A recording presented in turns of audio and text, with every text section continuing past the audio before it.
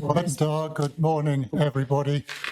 Could I welcome board members who are in the room here in Truro, members of the public who are joining us online and in the room. Good morning to you all, and welcome to this meeting held in public of the Royal Cornwall Hospitals NHS Trust.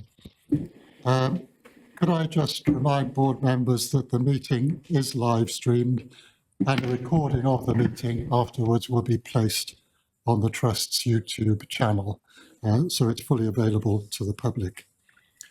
Could I also remind members of the public who are watching online that Teams has the, Microsoft Teams has the feature of live subtitles, and they can be accessed by clicking on the screen as well.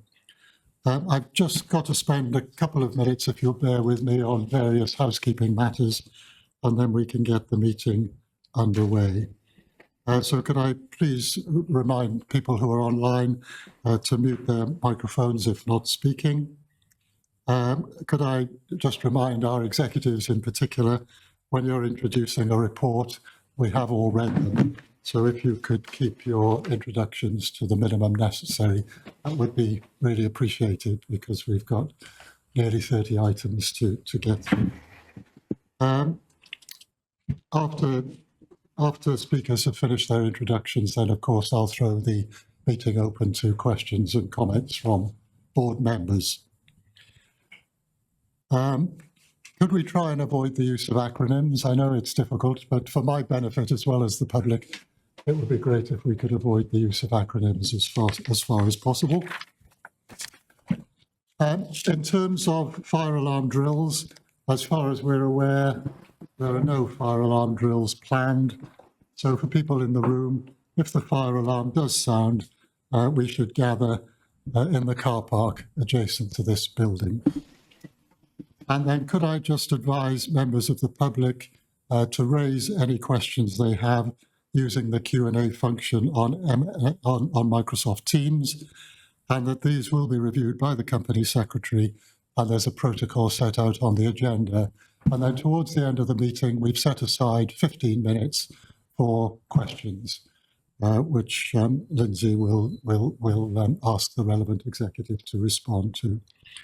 There are some people in the room here as well, Lindsay. Is there anything you want to say to observers in the room about the protocol? Yeah, thank you. So I did mention to a couple of colleagues there, members of the public are welcome to log questions in the room through myself or via the Teams function that the chair has mentioned. They will be taken at the end of the meeting at item 25, and the functionality to raise questions will not be available from item 18. So please ensure that you submit your questions before item 18. And as David explained, there will be 15 minutes on the agenda for those allocated questions. I will read those questions submitted by members of the public on their behalf, and questions at the meeting must relate to the papers that we are discussing being presented today. And I think that'll cover it, Chair. Thank you. Thank you, Lindsay. So I know that not everyone will know everybody around the board table, but when they first speak, as I can remember, I will introduce the person who's going to speak and their job title. And I hope colleagues will forgive me if I get a job title wrong, but it'll be an approximation to what they do. And we hope to conclude this meeting in public at around 1:30, but I'm reliant on you for that. And there will be a break in accordance with good governance practice about halfway through the meeting for you to stretch your legs for a few minutes. Anything else by way of introduction, Lindsay? Thank you. Lindsay Neave is our company secretary. So if I could move on then to apologies for absence. We don't have any apologies from board members. In terms of those in attendance, we have an apology from Ellis Tracy, the Chief Performance, Partnerships and Transformation Officer, who's at a very important launch of a neighbourhood health programme today. But we welcome Zoe Greatrex, who's her deputy. Welcome, Zoe. And we also have an apology from Aled Jones, who's our Associate Non-Executive Director. I'm delighted that we're able to welcome Sandra Ojok Mitchellmore, who's have been doing a mentoring program with our Chief Executive, Steve Williamson. Welcome, Sandra. And in introducing you, I know we're going to come to this later in the Chief Executive's report, but could I just thank you for the superb program for Black History Month, which you and your colleagues organised. And it was a great pleasure for me to come to one of your lunches. So we're delighted to have you here, Sandra. Thank you. And I can't promise that you'll enjoy the experience, but I hope it's an interesting one for you. And then we have a number of colleagues who will be attending for timed business during the course of the morning. And they'll be introduced, for example, the board story at item 5. They will be introduced by Kim O'Keefe, who's our Deputy Chief Executive and Dual Chief Nursing Officer. And then we'll have Sarah Coulter joining us for item 10, the Guardian of Safe Working Hours. And at item 11, we'll have the Freedom to Speak Up Guardian, Jo Burton, to present her report. So could I now go on to item 2, the declaration of board member interests relevant to this particular meeting. Does anyone have any interests to declare? Thank you very much. That takes us on then to item 3, the minutes of the previous board meeting. And we've got the last public board meeting held on the 4th of September. Is the board content with those minutes as an accurate record? Ian. Ian Dean is our Chief Finance Officer. Thank you, Chair. Yeah, I just spotted one minor thing at section 12.1A1, where it references that for the first 4 months of the financial year, that should be for month 4. It's not the year-to-date position, that was the in-month position, so it's just a minor clarification. We note that, please, Lindsay. Any other comments on the minutes? So can we then approve the minutes? Can I just mention to our technical colleagues, I can't see anyone on the screen here, but you're aware of that. I can put them up if you want, but I was going to wait until after the board story. Thank you. And then the annual public meeting held on the 18th of September. Colleagues happy with that? Thank you very much. So those are approved. And then item 4, matters arising and the action log. I'm not going to go through the action log in detail because you've all read it. But first of all, could I check with the company secretary whether she has any updates? Or do any members of the board have any queries on the action log or on the updates? If not, then I think we can note the action log and the progress that has been made since the last meeting. And then we come to item 5, the board story, which is a very important item on the board meeting, which we take high up on the agenda in order really to ground us in what the trust is really about, serving our patients. We're going to have a video, which I think will last around 4 minutes. But first of all, could I turn to Kim O'Keefe to introduce the item, please? Thank you. And I note that we've got Paul Clements with us today, who's the Children Community Therapy Services Lead. And I think I've seen Lucy Lucock as well, who's one of our children's occupational therapists. So welcome. Lucy and Paul, I'll start with the introduction and the video, and then I'll open it up for comments on from yourselves and any questions the board might have. So thank you.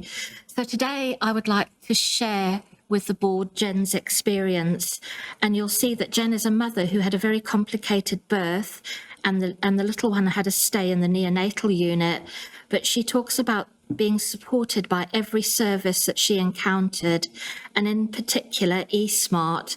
And I know it's an acronym, so I hope I get this right, Paul and Lucy. iSmart is an evidence-based framework that gives high-risk babies the best start in life. It spans all aspects of a child's development: sensory, motor, attention, regulation and relationships. And it enables professionals and parents to work together to support the premature born, sick infants from birth with early interventions. And I will share Jen's experience, please. Hello there, my name's Jenny Narayan. I am 6 months postpartum. I had a complicated pregnancy, labour and delivery. I ended up with an emergency C-section that was obviously unplanned. I then spent a period of 3 weeks separated from my son, up on labour and delivery, whereas then moved down to Wheelrose, where I spent another week. My son was in NICU for almost the same amount of time. He was returned to me 3 or 4 days before we were both discharged. We left, we had some follow-up investigations that I attended within unit a number of times. All the staff there were fantastic. Every member of staff that we interacted with were kind, helpful, respectful and thoughtful of meeting our needs. Then we were referred to physio and OT, and we had a number of sessions, and we were then referred to iSmart, so it was another one of their physio and OT sessions, and those have been booked in. They've been absolutely fantastic. We set a goal each session, we look and we review when that's been met. Robin's doing absolutely fantastically and is almost free of any sort of troubles, thanks to everybody's hard work and investing in meeting his need as it presented itself. And what was a very complicated birth and complicated first few weeks was made immeasurably easier by all of the things that are in place, and all the staff that are working really hard in the NHS. Throughout this experience, one of the services Jen and her child used was iSmart, Early Infant Development in the Neonatal Population, which is a local pilot project. The project was run by Lucy Lucock, neonatal occupational therapist, and Sarah Ellis, neonatal physiotherapist. Within the background to their work, they wrote that neonatal care has primarily focused on improving survival rates. With increasing numbers of infants surviving the neonatal period, there is a growing recognition of the importance of promoting high-quality long-term outcomes, particularly in relation to neurodevelopment and quality of life. This shift has led to a more prominent role for neonatal physiotherapy and occupational therapy within the neonatal high-risk population. Evidence that they found suggests that infants who experience significant illness or trauma during the neonatal period, yet do not meet current criteria for high-risk follow-up, may also be vulnerable to atypical neurodevelopmental trajectories. Based on this, Lucy and Sarah developed the iSmart Clinic. This provided targeted support for families of infants with neurodevelopmental concerns following an atypical neonatal course. All parents reported perceived improvements in their infant's development after receiving iSmart input. Written parental feedback highlighted increased confidence and described the clinics as both practically valuable and emotionally supportive.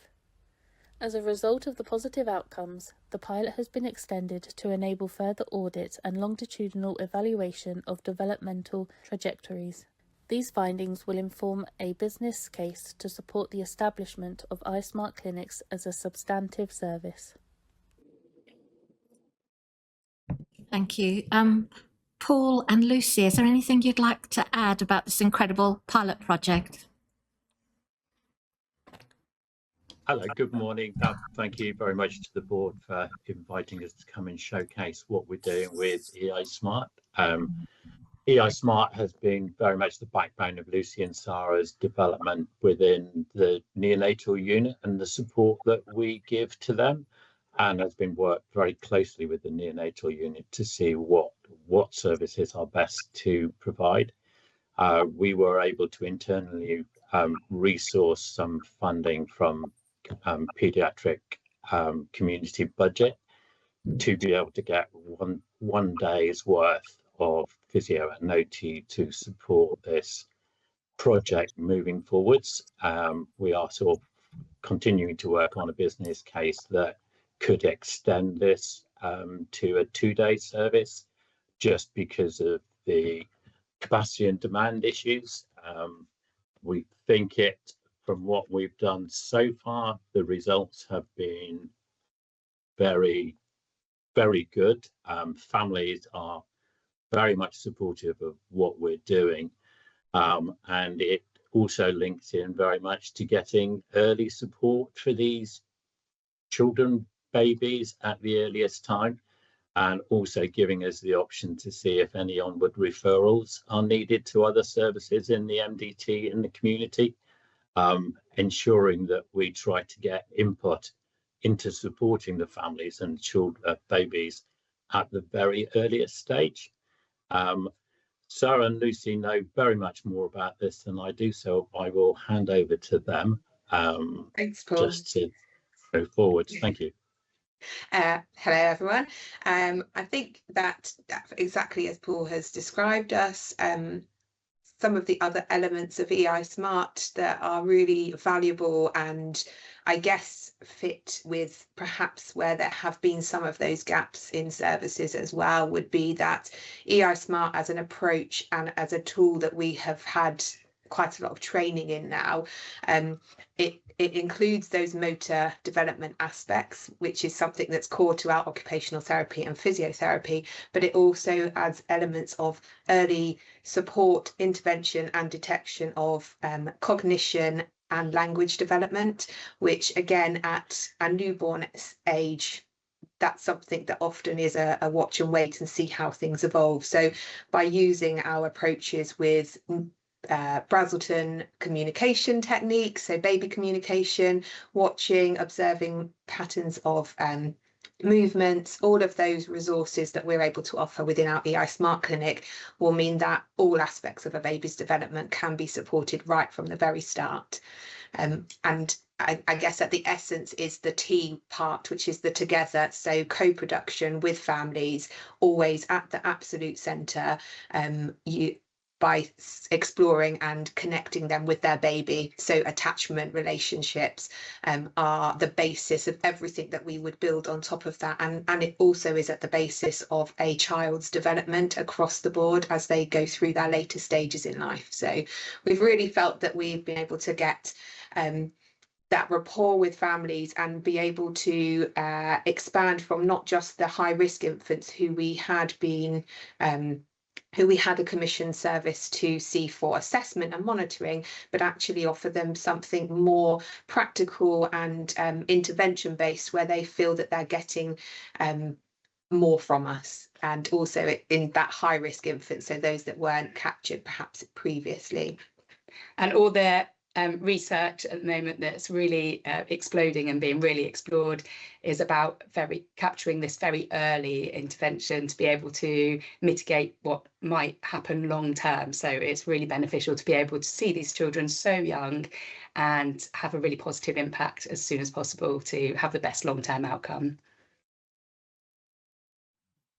Thank you all. And it's an incredible pilot that, as you can see, the board will, I'm sure, have lots of questions on. So thank you for the three of you. Chair. Thank you very much, Kim. And thank you, everyone, for that presentation and for all the innovative work that's gone into it. Could I also thank Jen and send our best wishes to Jen and to her family. So could I invite questions or comments, please? Mary Kane is our Chief Medical Officer. Thank you, Chair.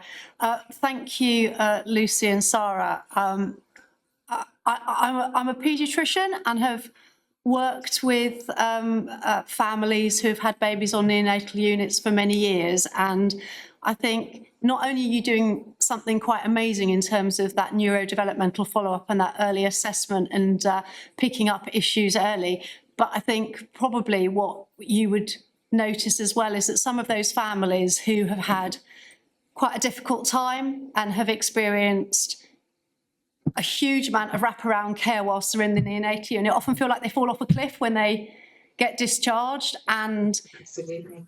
The very nature of what you're doing allows them to transition, I imagine, in a much more supported fashion into being at home with their baby and starting the never-ending job of being a parent out in the real world, I guess.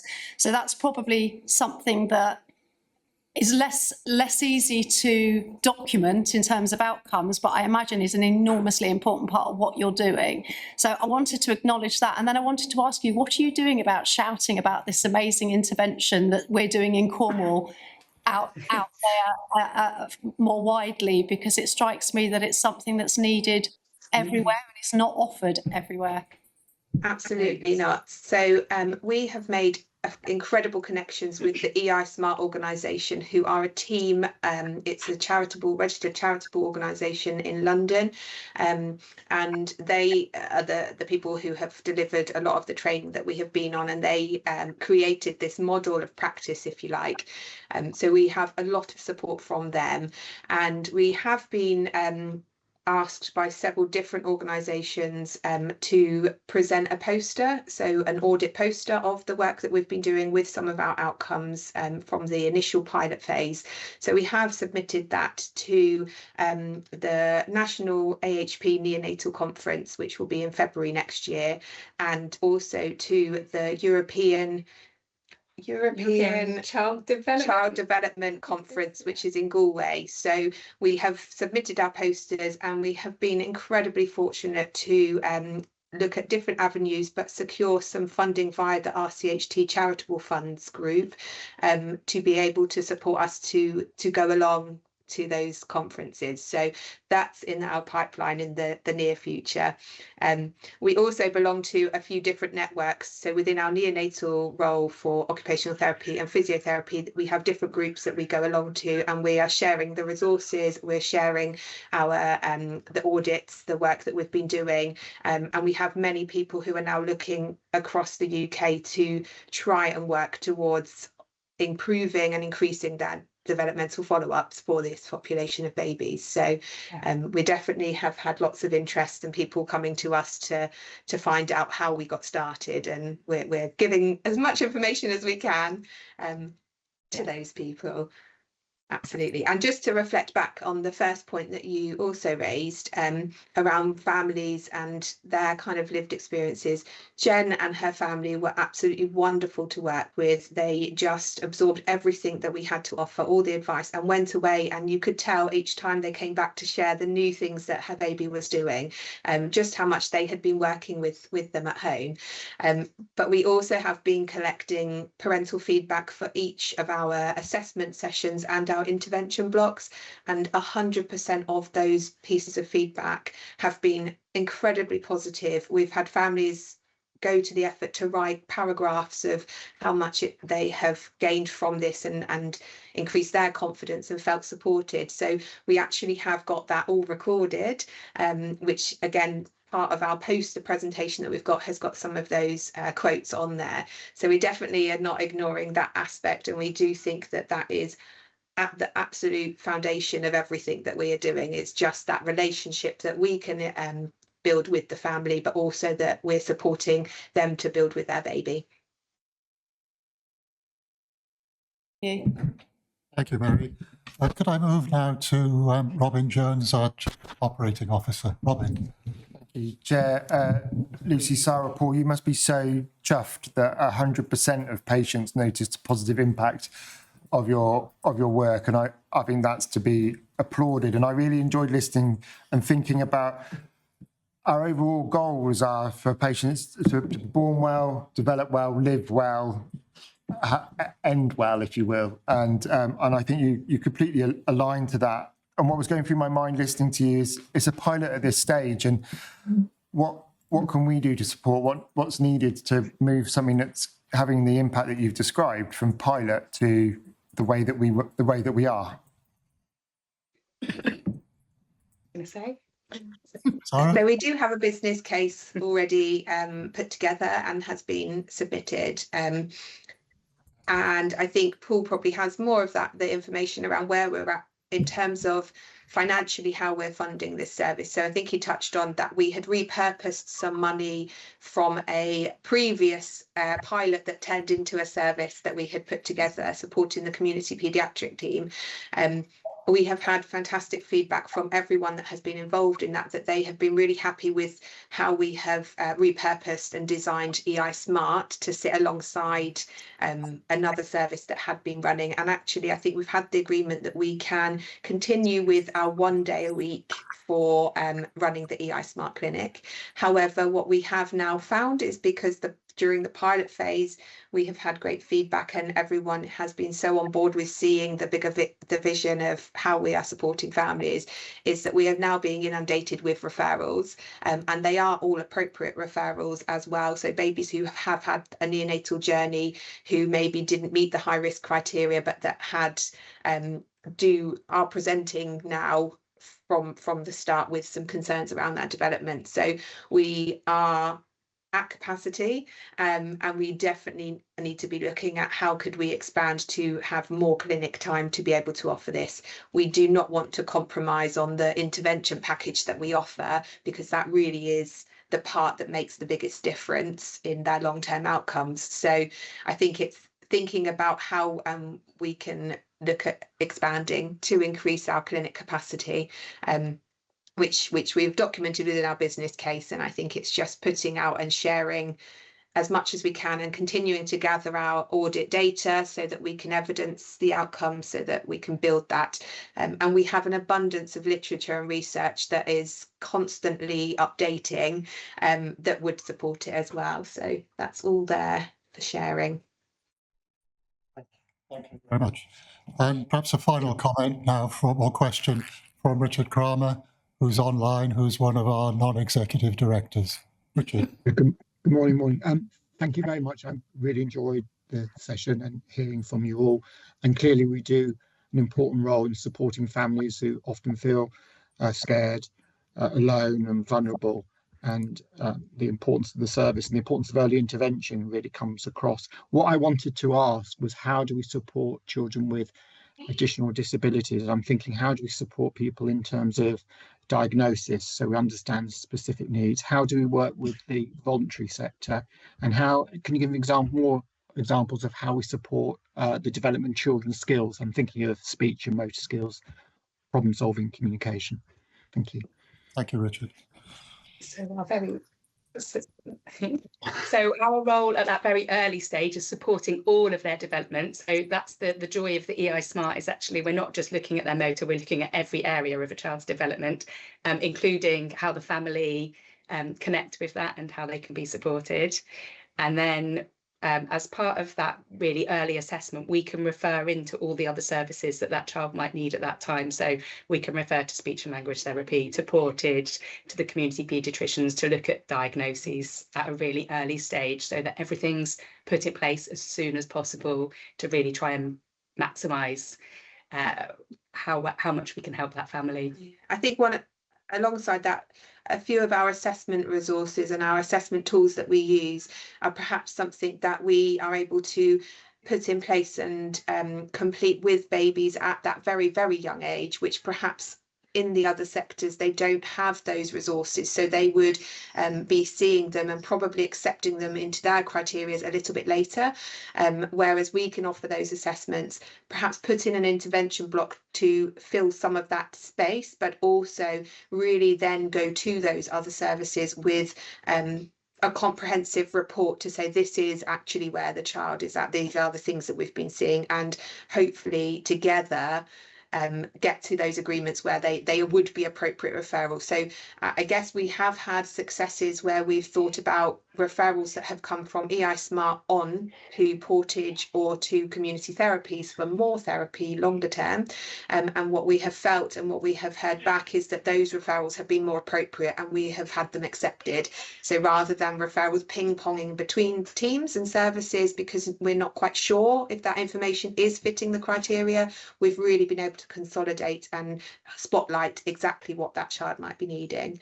And just aside to that, I guess that Sarah and I both work within a Brazelton Newborn Behaviour Observation Champion role, and that is a countrywide network who have really supported us and shared resources that we've been able to go out and take. And we've actually run some sessions which have been more of a universal offering in children's centres and at baby groups, where we have been able to kind of share baby communication and how you can connect with your baby and what other signs to look out for in their development that might encourage you to seek support and advice. So I guess that's more of a universal offering that when we do have any little time, we've been able to go across and offer that. But again, I think expansion and having more capacity, that would definitely be a fantastic role to be able to include within our day-to-day that we can't currently offer because we just don't have the capacity.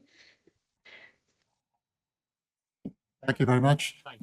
Paul, your hand was up. Did you want to say? It was just Lucy and Sarah have done a brilliant job in discussing what it is, and the only thing I would add is that from working quite closely with SEND and CFT, there is a huge drive for referrals for children getting to the age of 2, 3, 4, going out into the community.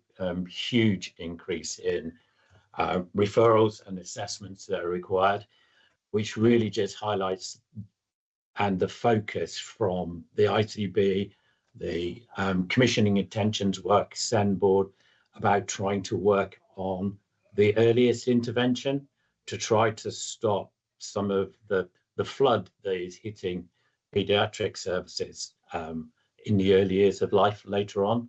This, from what we see, I'm sure Lucy and Sarah will agree, is one of the best way of attacking a group of babies, children's families to support them on their onward journey. We are CCTS, Children's Community Therapy Services, is a community therapy service. So Lucy's and Sari's role is really getting into the heart of the neonatal unit and working from the very youngest, but it also holds families' hands as they move from that, like Kim was talking to, out into the community, and giving the ability to move children through to other services in a more seamless way. Thank you very much, Paul. I'm going to have to move on, I'm afraid, because we're slightly overrunning. But I just wanted to thank you all. And I did particularly notice, Sarah and Lucy, that you actually wrote the paper, which has led to this innovation. And I think that's really important because being a research-led organisation means having the people who write the papers rather than just read them. So I was delighted to see that through posters and through international conferences, you're going to have the opportunity to disseminate your innovation. Thank you. Can I thank you all very much again for everything that you do. Send our best wishes to Jen and her family. And thank you very much indeed for this really inspirational board story. Thank you very much. Thank you. Thank you. So thank you, Kim, for bringing that one to our attention. Could I now move on to my report, which I'm afraid is rather less inspirational, but it's on the table and you've read it. So I'll just give a couple of oral updates, if I may. First of all, the Trust does have, as you know, we're not short of policies, and the Trust does have a petitions policy. And under that policy, I have to report as chair that we received a petition this morning from staff-side colleagues. That petition was received by the Chief Executive, and I'll invite him to comment in a moment. But in terms of process, the board in public should consider any petition that we receive, which is compliant with the policy, which will be checked by the company secretary. Clearly, it's not practicable to consider the petition today because it was only handed over this morning, but it will be subject to the policy, included with our papers in public, and we will have the opportunity to consider it with advice from the executive at a future board meeting. But we will publish the petition on our website once it's been checked through by the by the company secretary, for example, relating to GDPR requirements or anything else. So I would like to thank colleagues for submitting the petition, and I would like to invite the Chief Executive, Steve Williamson, to provide any further commentary. Steve. Yeah, thank you, David. So in the half an hour immediately before the board and public, David, myself and Alison Thorne-Henderson, our Chief People Officer, spent about 30 minutes with colleagues, staff members outside of the board meeting to hear from them some of the concerns that they had. We received, as David has said, a collective administration staff grievance, which was coordinated by Unison. firstly. Secondly, we received a petition, as David has mentioned. And thirdly, we also received a pledge that colleagues asked us to give consideration to signing. So they're the three things that we received this morning. There were, I think, more than 50 staff members who were there in attendance. And Alison, David and I had the opportunity to hear from a couple of those staff members directly. And if I briefly summarise the range of matters that they were raising, all staff that we spoke to spoke passionately. They spoke with conviction and they spoke respectfully. And they directly shared with us concerns with regards to the clinical administration consultation which had been underway. Those concerns covered the potential impact that the proposals may have in their view around the quality of services, the performance of services and the efficiency of services. And they also talked to us about the impact of the proposed changes on individuals, on families and on communities across Cornwall and the Isles of Scilly. They also covered concerns with regards to how the engagement had been undertaken and concerns with respect to is there sufficient understanding of administration processes and their impact on the direct delivery of care to the patients who rely on services that we support. They also spoke about our electronic patient record e-care and the timeline for that, which, as we know, goes live in June next year, and whether some of the proposed changes should be aligned with the e-care timeline rather than progressing now. So we were grateful for the opportunity to hear those concerns directly from the staff members who spoke to us. And as David has indicated, we'll need to give consideration to the staff, collective staff grievance, to the petition and to the other matters that were covered today and report that back to the board at the next opportunity. So I think that's all I wanted to say in addition to what David covered. Thank you very much, Steve. So if I could continue with the other items on my report, which I need to update you on. First of all, the report mentions the appointment of a next director, John Foster. John is now moved to Cornwall and I think will be joining us from the 10th of November. So with the permission of committee chairs, John will start joining committee meetings and will also be coming to board meetings as a next director. Just to remind the board and members of the public, the Next Director programme is a national development programme, and it's particularly aimed at people with protected characteristics or to develop people who have the potential or capacity to become full board members, but need some development and support to do so. If there are any questions on the programme, I'm sure Lindsay will be able to add more information. And John has been living and working in housing in London, but has now relocated to Cornwall. He ran a 3,000 strong LGBTQ plus network in London and is now, I believe, going to run a similar network in Cornwall, particularly focused on surfing and waterborne activities. So he will bring, a wide range of skills and experience and perspective to the board, and we look forward to welcoming John at our next board meeting. There will, of course, be a programme of induction, and I will be asking a non-executive director to be a mentor for John as well. Anything you'd like to add, Lydia? I think we look forward to meeting John.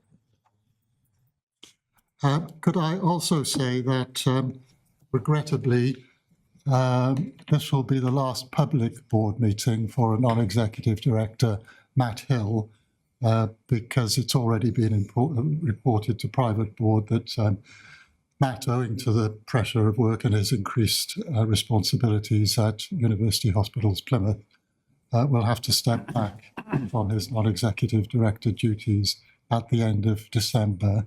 So I just wanted to take this opportunity in public to thank Matt for his service on the board as a non-executive director and for bringing his extensive senior clinical skills to our boardroom table, being the maternity champion, chairing our organ transplant committee, serving on the quality assurance committee, and so on. So I know you're online, Matt, so could I just thank you very much from all of us and ask us to thank you in the usual way.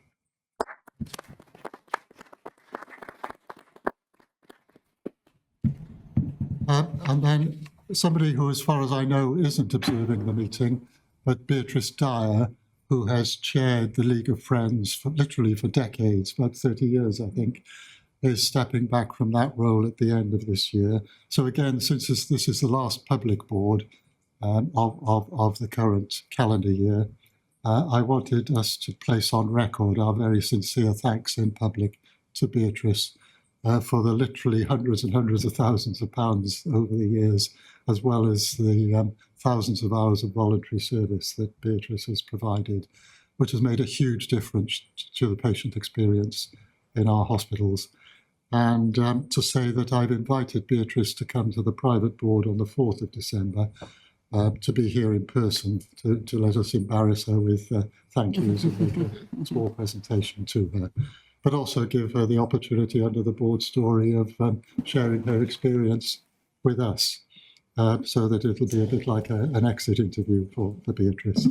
Her successor, I don't think, has been chosen yet, but we will report that as soon as we know who that will be. But in the meantime, could we record our deep gratitude to Beatrice for her many years of service in our board minutes. Board content? Thank you. I think that's all I wanted to report in addition to what's in my written report. Are there any comments or questions for me? Adam Broom, who's a non-executive director. Thank you, David. I'm recognising we've only just obviously received the petition, so it's a question for David and Steve and Lindsay, but is there anything we can say about timescale for responding to the petition, please? I didn't get that from what the three of you said. Would you like to respond, Lindsay? Yeah, as per the policy, we need to reply within 5 working days of receipt of the policy. Thank you.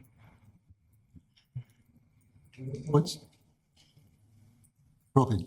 I just wanted, you noted in your report, David, that you visited the extra escalation areas that we'd opened, and it's just important to note you visited them the same week that we opened them, which was in response to our commitment to the maximum handover of 45 minutes, and that you met staff and patients in those areas as we were using them.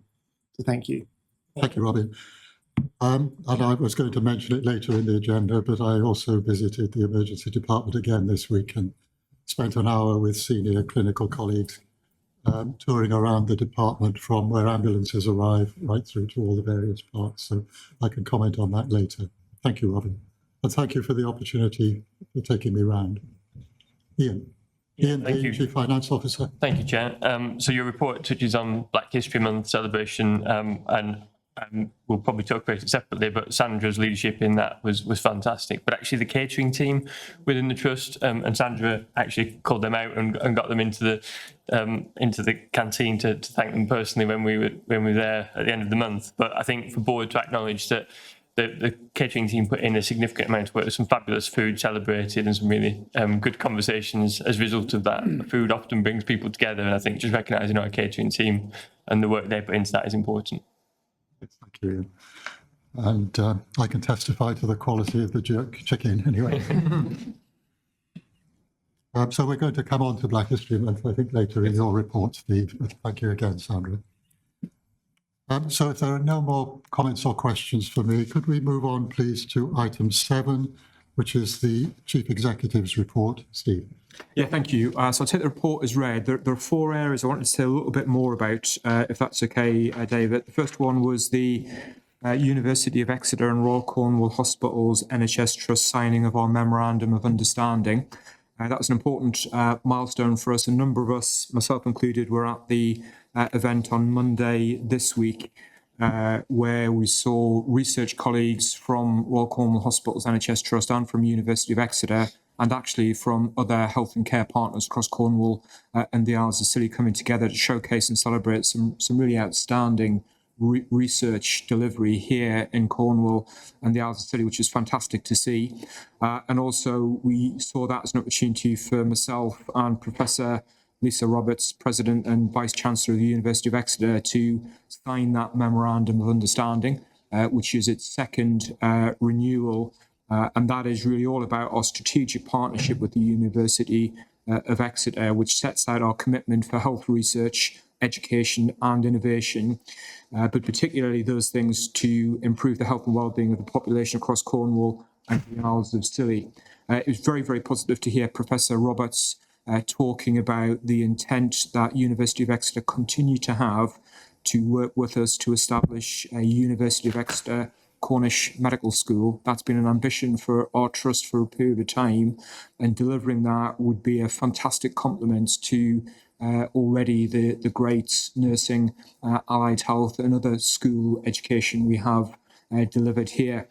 So in addition to the academic and the research opportunities, very, very positive to hear that ongoing commitment and determination to develop that Cornish Medical School. And we have a shared intent to progress the research opportunities that would help enable the kind of presentation that we had in the board story this morning to be replicated across much more broadly across our organisation. So I want to acknowledge that and recognise a huge amount of work from our colleagues in enabling that.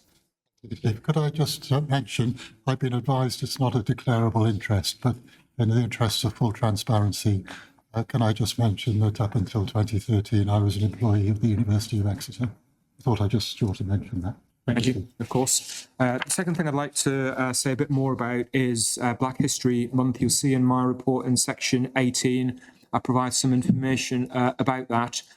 Just to acknowledge and remind all of us that Black History Month is a time to celebrate Black culture and to celebrate the achievements of Black colleagues and leaders nationally and here at Royal Cornwall Hospitals and across our wider health and care system. It is also time for us to reflect on the challenge and the struggles of Black inequity, racism and hate. And I just wanted to take a moment to be absolutely clear that there is no place in Royal Cornwall Hospitals or in the NHS for those things. We have no tolerance for hatred, we have no tolerance for racism, and we have no tolerance for inequity. And I think it's really important as a board, we're visibly demonstrating our determination and commitment for that. As board members know, the theme this year for Black History Month was standing firm in power and pride.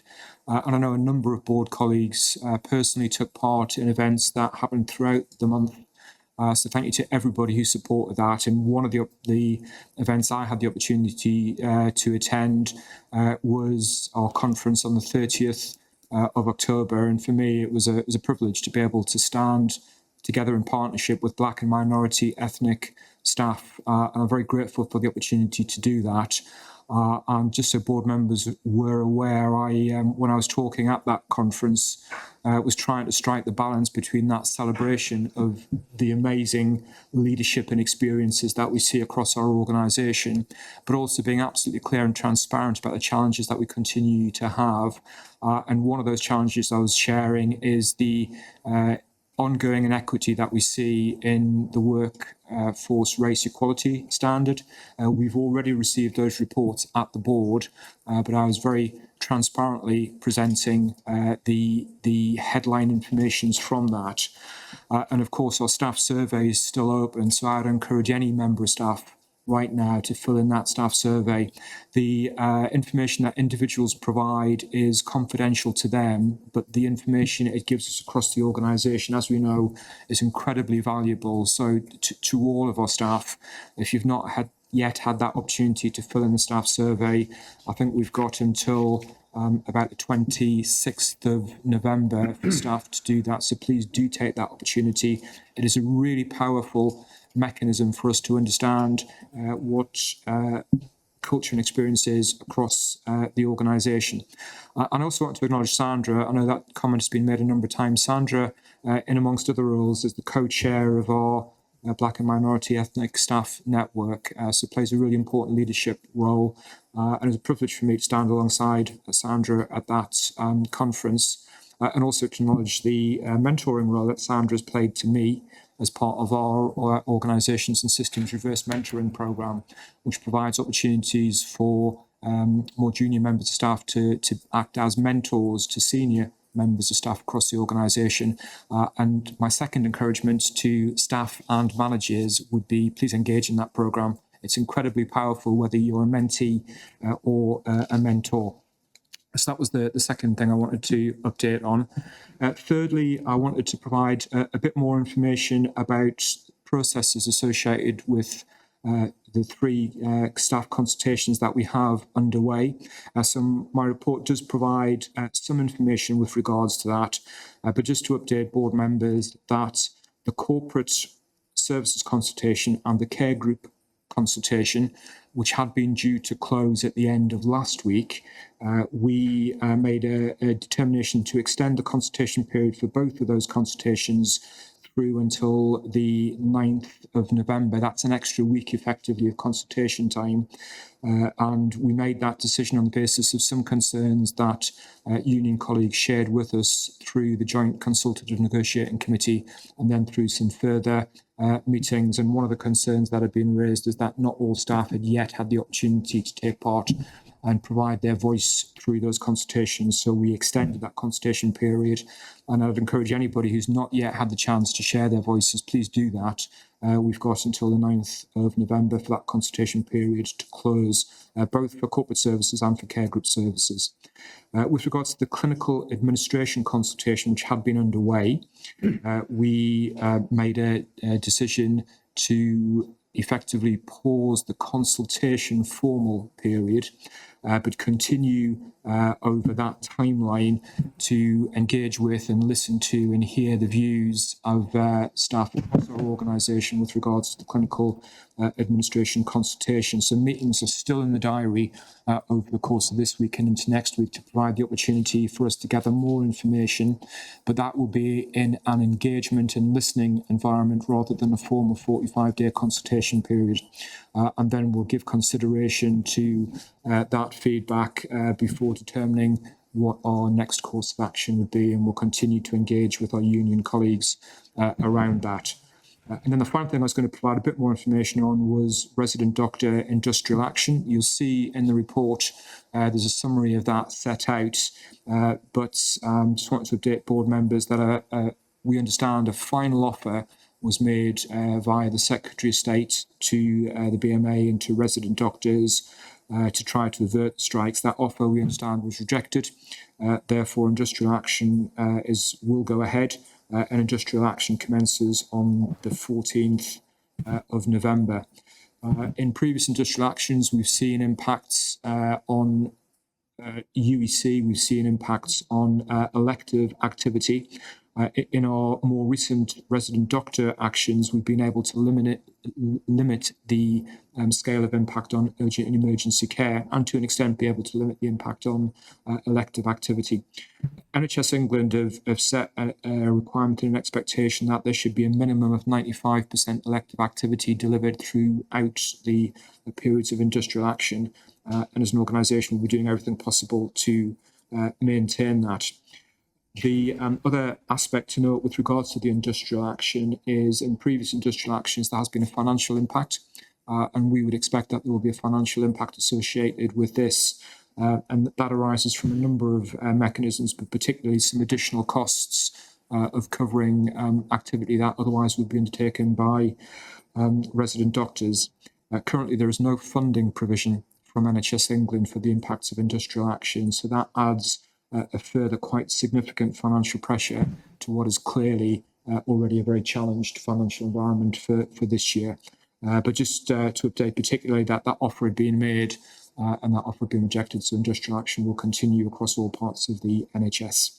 Happy to take any questions from board colleagues, David. Thank you very much, Steve, for a very comprehensive report. Are there any comments or questions from board members, please?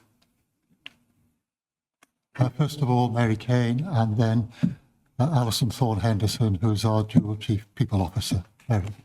I just wanted to pick up on the resident doctors' industrial action and just to reassure any of our public that have joined us today that we are working with colleagues, and that includes our resident doctors, to ensure that whilst they are able to exercise their right to strike, we are able to maintain safe services across RCHT.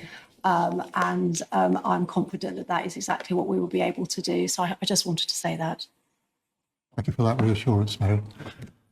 Alison? And also sort of linking to the industrial action, Steve's report also references the 10-point plan to improve residents' doctors' working conditions, and that was brought in as a direct outcome of the last industrial action. So I was just making the link for colleagues to understand. Thank you.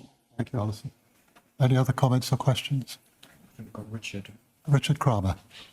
Thank you. Yeah. Thanks for the focus on equality, diversity, inclusion.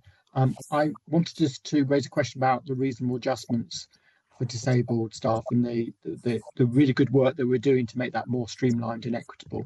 The reason why I want to mention this is that in the Freedom to Speak Up report, it talks about issues around culture, and that there isn't a sufficient culture of openness to support disabled people in the workplace. So I just wanted to have some assurance that we're also working at a local level, so that we're working with staff and we're introducing new starters so that they are aware of their colleagues' needs, and we're encouraging people to educate themselves, think of the disabled person first, and promote that culture of openness. So how are we working at a local level to support disabled staff?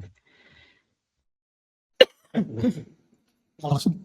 Yeah, so we do cover off all the requirements that we have from a protected characteristics perspective at induction, and the importance of, and you're bringing in this situation, staff with disabilities and the requirements to make reasonable adjustments, and what that actually means if you are a manager. As well as the requirements if you're a member of staff around declaring those disabilities for us to be able to support you as an employer. We also have executive champions, and I'm looking across the room to the executive champion, which is Ian Dean, for the Disability and Long-Term Conditions Staff Network.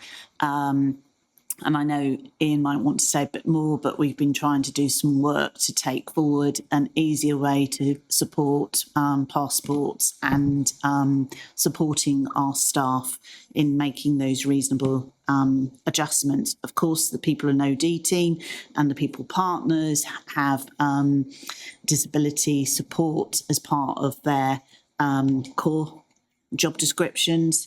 So those things are already in place, but really support what you're saying here, Richard. There's more work to be done, and that's been borne out of our workforce disability report that we brought to board previously. So more work to be done in making sure everybody is aware of A, the support we can put into place, and B, people's responsibilities. Thank you. Thank you, Alison. Ian, was there anything you wanted to add? No, I don't think so, Chair. Thank you. Yeah. Richard, you happy with that? Thank you very much. Very brief. Yes, of course. Thank you. I just wanted to comment on staff networks. We have a thriving set of staff networks that can be and have been really incredibly powerful in helping to coordinate change. But we're always looking for more staff to engage in our staff networks. I would encourage anybody who is watching this from our staff to think about joining one of our staff networks, and also to recognise that in trying to support staff networks, I meet regularly with all of the staff network chairs, and I do that jointly with the chair of Cornwall Partnerships NHS Foundation Trust, Margaret, because some of those networks span across the two organisations, and we found that a really powerful way of enabling a voice for change through the chairs of our staff networks meeting directly with the chair and chief executive. Alison joins those meetings as well, so they can be a really powerful forum to enable frontline change as well. So please consider the opportunity to engage with, join or support our staff networks. Thank you, Steve. Given that we've got a joint objective in terms of racial harassment and sexual safety, and I'd be more than happy to join any of those meetings if you felt it was appropriate. Isabel Down, who is our Vice Chair and Chair of Quality Assurance Committee. Did you have your hand up, Isabel, or have you taken it down now? I did. I took it down because I think Steve in part answered the point I was going to raise, which was the various avenues, and Alison also mentioned the various avenues that people have in order to be able to identify as somebody with a disability, apart from anything else. And there will be staff who joined the organisation years ago who did not have a disability, who are now facing concerns. And I'm using myself as an example, really, which I shouldn't do in a public meeting, but just to say that there is a responsibility on us as individuals to acknowledge where we need help and to speak up. And I think the freedom to speak up route is really important. And there is so much on offer to be able to support staff who are struggling with whatever the protected characteristics are, but in this instance with disability. And personally, I've found nothing but really compassionate and helpful support in dealing with the issues that I face. So I just wanted to say thank you to people who have been supportive. Isabel would be sitting at my side here in the room, but she's had to join us on Teams today. But thank you very much for that contribution. And Kim. Yeah, I think the support is really important. So where colleagues have declared a disability, and I'm sure Joe, our Freedom to Speak Up guardian, when people have declared that, is how we support them and ensure they've got the right reasonable adjustments in place. In times where we know there is transformation, changes in pathways, once the person's had the courage to declare a disability, we have to make sure they're given every opportunity through reasonable adjustments to be able to do their job. And I think we're going to have to explore that a little further as some of the service changes happen and staff are required to move around. That's really important. We're happy to move on because we're starting to run a little bit late.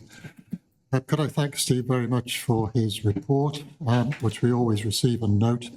I've also been advised that we should just note that the governance improvement plan, which Steve refers to in his written report, will be coming back to us in December, following the conclusion of the external well-led development review, which we'll be looking at this afternoon.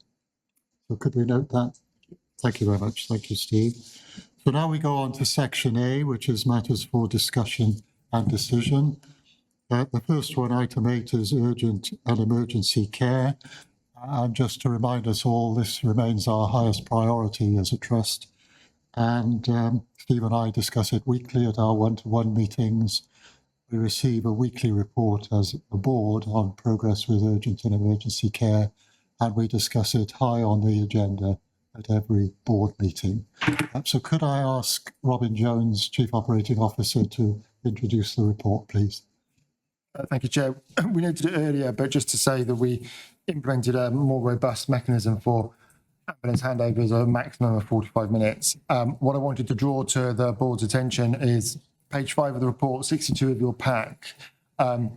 I didn't want it to go unnoted that when we did that, it put considerable pressure on our teams, particularly in the emergency department and acute medicine.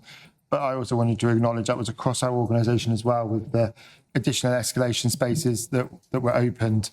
And it's not an exhaustive list, but I put in the paper a list of the actions that we took as a group of executives with the clinical teams to try to work to alleviate those pressures. And we have seen through the month those pressures reduce, but they are still there. So our teams in ED still feel significant pressure. So do our colleagues on ward areas where we've got additional patients on the wards in the test spaces. And I thought it was important that was noted openly here whilst in the paper.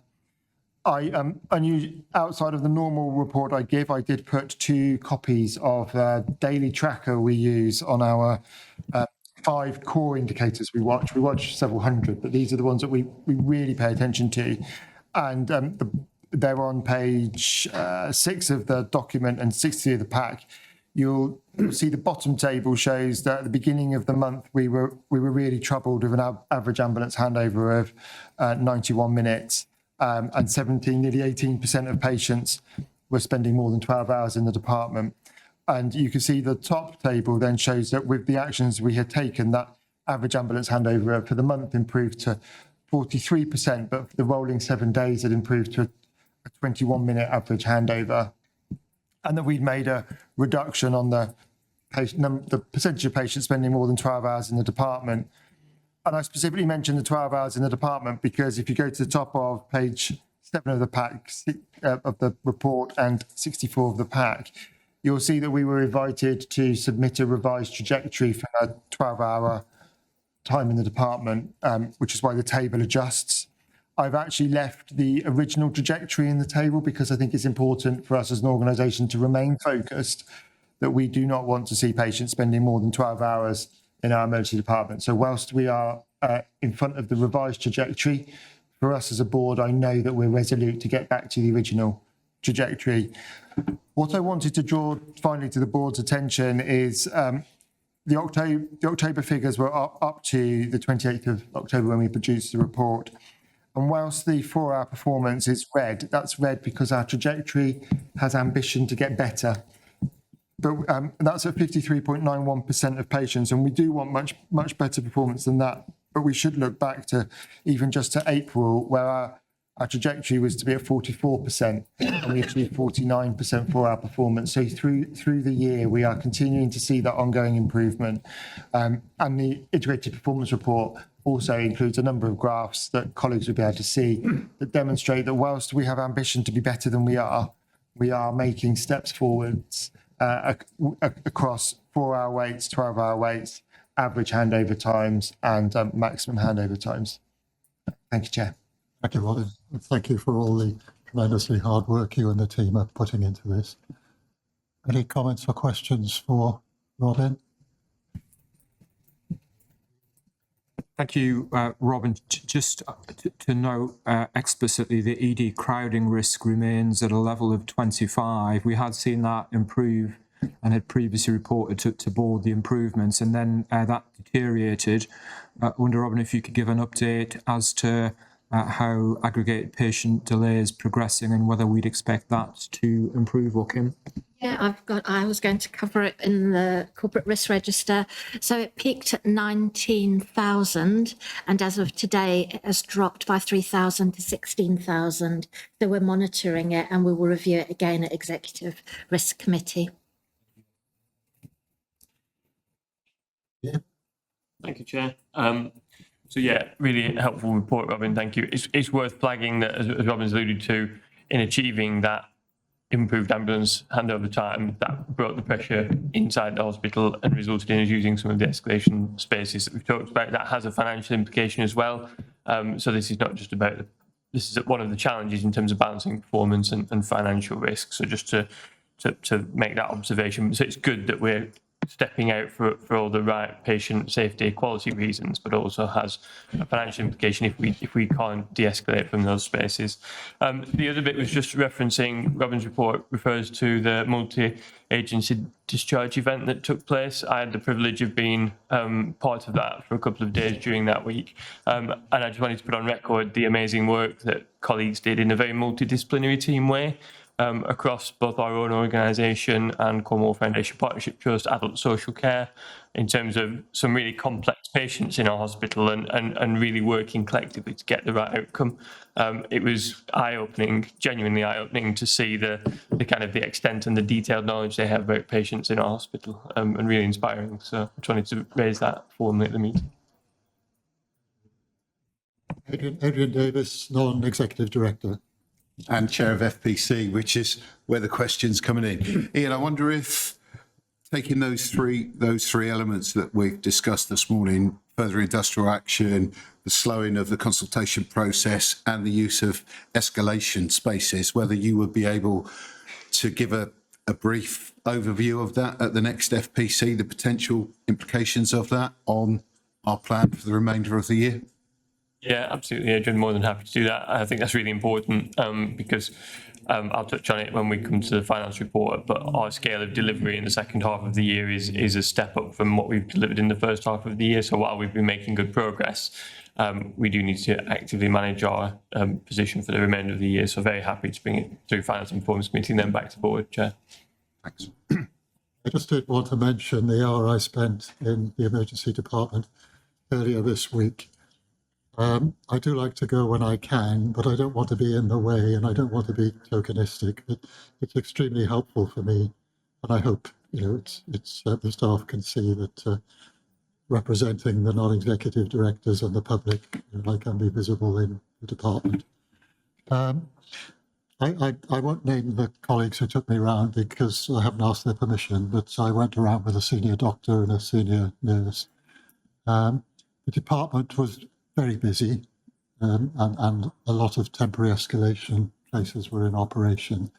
But you did get the sense that staff were very much cognizant of the clinical vision of flow and doing their very best to move patients through the hospital. And there was a lot of good interaction with the ambulance crews as well when they arrived and into the triage areas. I know that there was quite a lot of concern when the new protocol 45-minute handover was introduced, understandably. But I was told that things have settled down a bit since then. And of course now the issues are more at the back door than the front door, in terms of people having no criteria to reside and challenges in terms of discharging patients. I'd just like to pay tribute to the quality of the staff. They were full of ideas about how things could change and be improved, and absolutely dedicated to compassionate patient care. So I came away feeling that I'm immensely proud of what they do day after day, but also of the pressures on them. And although we're not supposed to externalise, a lot of the things, of course, that happen in the emergency department in terms of flow are outside their control and rely on our partners throughout the county. I'd just like to say that I'm always very happy to go, but it's a very, very busy department and you can feel a little bit in the way if you don't give fair notice of coming and not impose too much on people's time. Any other comments or questions on urgent and emergency care? I think we've got some popping up on the screen. First of all, Richard Kramer, and then Isabel. Richard. Yeah, my observation very much leads on from David's. I was really pleased to see in the report a real emphasis on staff engagement, both in terms of staff contributing to solutions and how we're monitoring them around supporting staff, and wider exec engagement and recognition. I think it's really important that staff know and appreciate that their voices form part of the report and the discussions today. So really grateful for that, Robin. My question was about what worried me in the report was the strategic focus on reducing bed occupancy below 80% ahead of Christmas. And what made me worried was this is yet another thing being asked, which is going to demand work from your team. Is it a realistic target? And are we risking rushed or bad discharges before Christmas? So I just wanted to see what your thoughts were on that particular target. We always pride ourselves on discharge well. So we pride ourselves on engaging with our patients on admission, so that we talk to them about how their progression through the hospital will be and what the plan for their discharge should be. We know that we've got more work to do with that, but we have got a piece of work rolled out now where we have a discharge leaflet that encourages the types of conversation and question to have with patients and where they consent their loved ones in how that discharge will work. We've never done and will not do rush discharges for Christmas. Just to say it out loud, because it's a fair question, Richard. And in terms of the 80% ambition across the nation, that is a stretch. It is for Christmas Eve, where we do naturally see a reduction in our overall occupancy. And we do see some benefits from an occupancy perspective because our elective work slows down. People don't choose to have planned care surgery at Christmas Boxing Day, which will also help us. We're having active conversations with all of our system partners about what needs to happen to ensure that we can achieve that 80% position. And that also includes, just this week, we've started to frame and ask for our partners in the same spirit of, excuse me, THP 45, Timely Handover Protocol 45, at our front door. We're just starting to shape what that would look like for exit from the hospital, both from our Pathway Zero, which are our own, I call them simple discharges, and what we need our partners to respond to in terms of a timeline that we believe if we all work together, give us an opportunity to get to that 80%. We've then taken that one step further, thinking about winter and particularly thinking about the first week of January, where we know that's particularly pressured for us. Last 3 years, we've had a critical incident in that week. And we've been talking about how can that framing of the version of timely handover protocol for the exit, how can we, as a whole system, have action cards that keep that momentum up? Because we know if we keep that momentum up from an overall exit from the organisation safely, we know that our ED will be able to continue to manage that inbound position. So it starts to tie together. And Richard, I'll just conclude with actually nationally us being asked, the whole NHS being asked to talk in this way has really helped join teams together across partners on actually we've got a common goal with a number against it, which is a lot easier then for people to focus to on what do we think the solutions will be. They're not fully formed yet though, Richard, I'll tell you that honestly. Thank you, Ron. Well, it's on that the new cluster integrated care board also has a role in terms of some system coordination. So at the next cluster integrated care board, and that cluster being Devon and Cornwall and the Isles of Scilly, we'll be receiving reports for the Cornwall and Isles of Scilly system and for the Devon system, setting out the confidence level in being able to deliver an 80% bed occupancy. So I think that will be a helpful use of the integrated care board time in its new environment. I also just wanted to briefly make a comment about the engagement with clinical leaders across the organisation. One of the mechanisms, David, that we have is the Clinical Vision of Flow Steering Group that I chair, and that's made up of executive directors and also frontline clinical leaders, medical, nursing, allied health professional leaders from across the organisation come together. So when we determine to implement an additional step, such as the SOP for the 45-minute handover, we do that in direct discussion and in agreement with our clinical leaders and executive leaders. So there is a very, very strong clinical leadership voice that informs and supports those decisions. Thank you. Just on your point, Richard, about the empowering staff, that was raised in my visit, and I think the colleagues recognised the tension, if you like, between senior operational staff being visible and present and walking the walk and understanding what's going on, but also wanting them to be strategic and standing back as well. And, the CQC talked about empowering the staff to act within their professional capacity. And I think the sense I got from emergency department staff is that they feel confident in their ability to be able to do that. If there's nothing else then on urgent and emergency care, just looking at the screen, hopefully we can move on and note the update on urgent and emergency care performance. Thank you very much. The next item is progress on our strategy refresh. And Zoe, briefly, if you could please, Zoe is here to introduce that and answer any questions. Zoe? Yep, thank you. So as board know, we're currently refreshing our trust strategy based on the NHS 10-year health plan. We brought a very early draft of the strategy to board in October, and we're currently just updating the strategy based on the feedback that was provided at the board meeting. And our main focus at the moment now is on further engagement, particularly externally with the public, but also with our key stakeholders as well. So that is our focus over the next few weeks as we aim to bring together a final version that can go through committees and come back to board in December for review ahead of going to public board in January. Thank you, Zoe.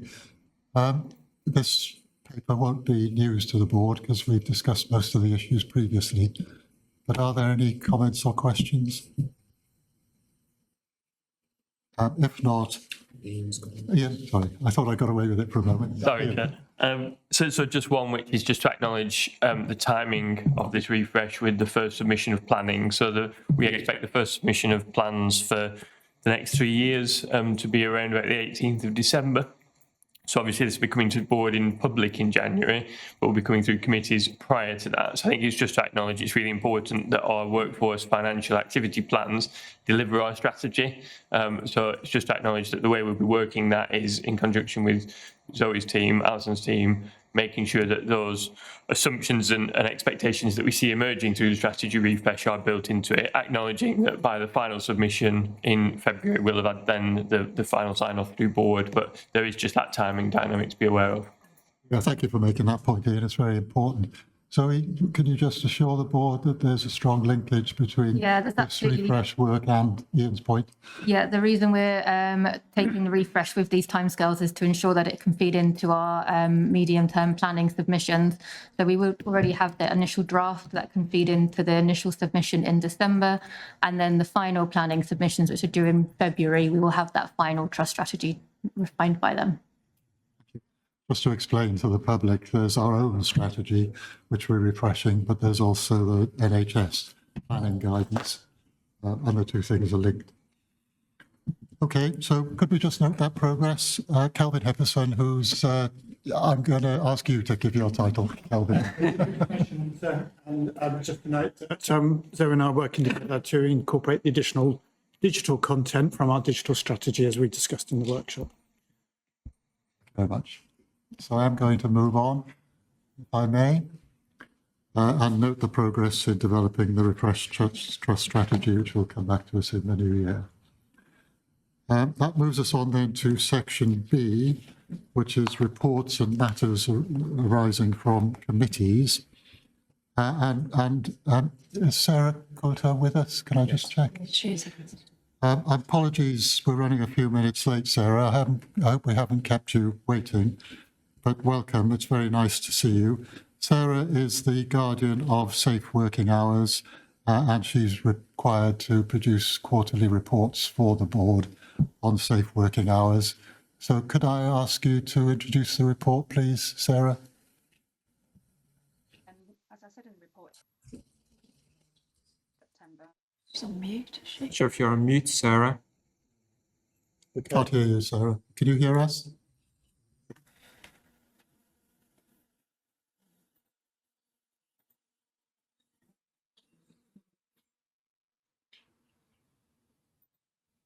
That looks like you're off mute now.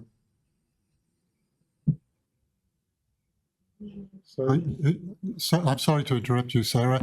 I know you're off mute, but we can't actually hear you in the room. Is there any technical advice? Oh, she's not on mute, it says.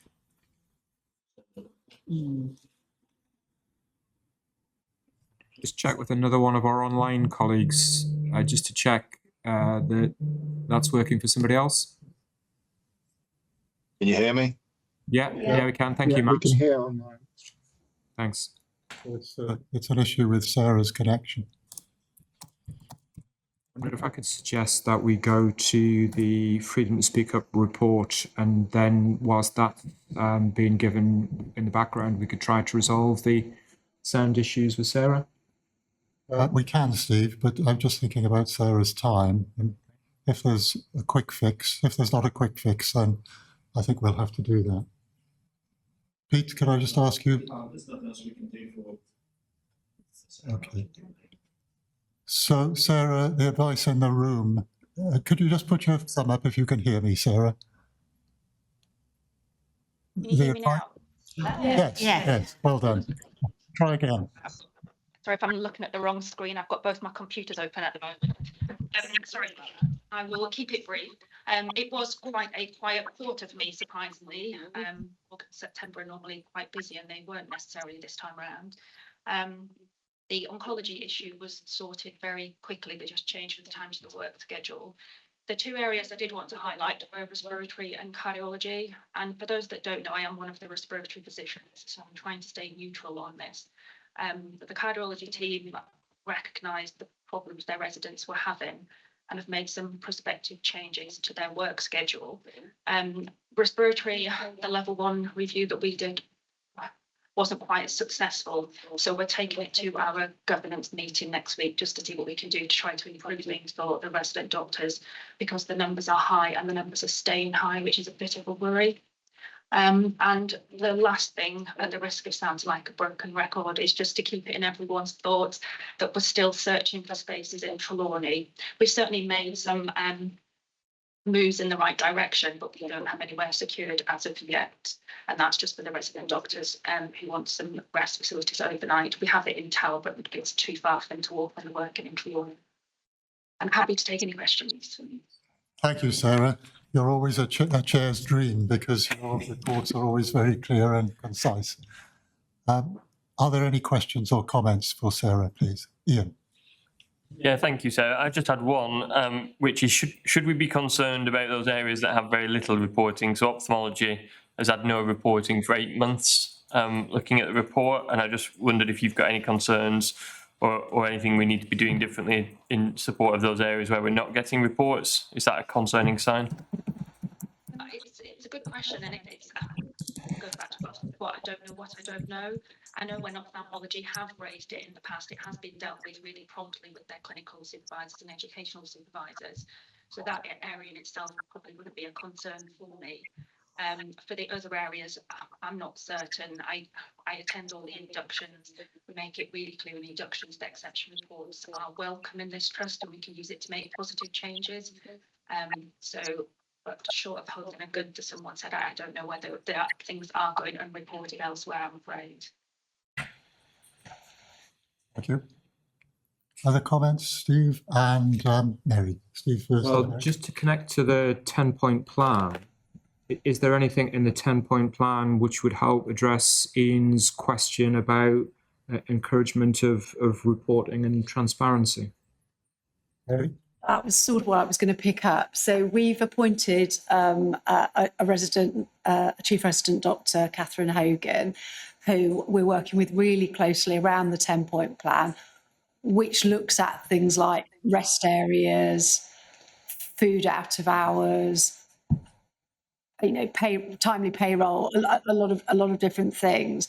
And part of that is engaging with the other resident doctors. So we're reinstating resident doctor forums, which have sort of slightly fallen by the wayside, making sure that, I think you're meeting with the resident doctors at some point, aren't you, Steve? I'll be doing the same. And what we'll do is we'll make sure that that's raised through those forums. So I think we can pick a lot of that up.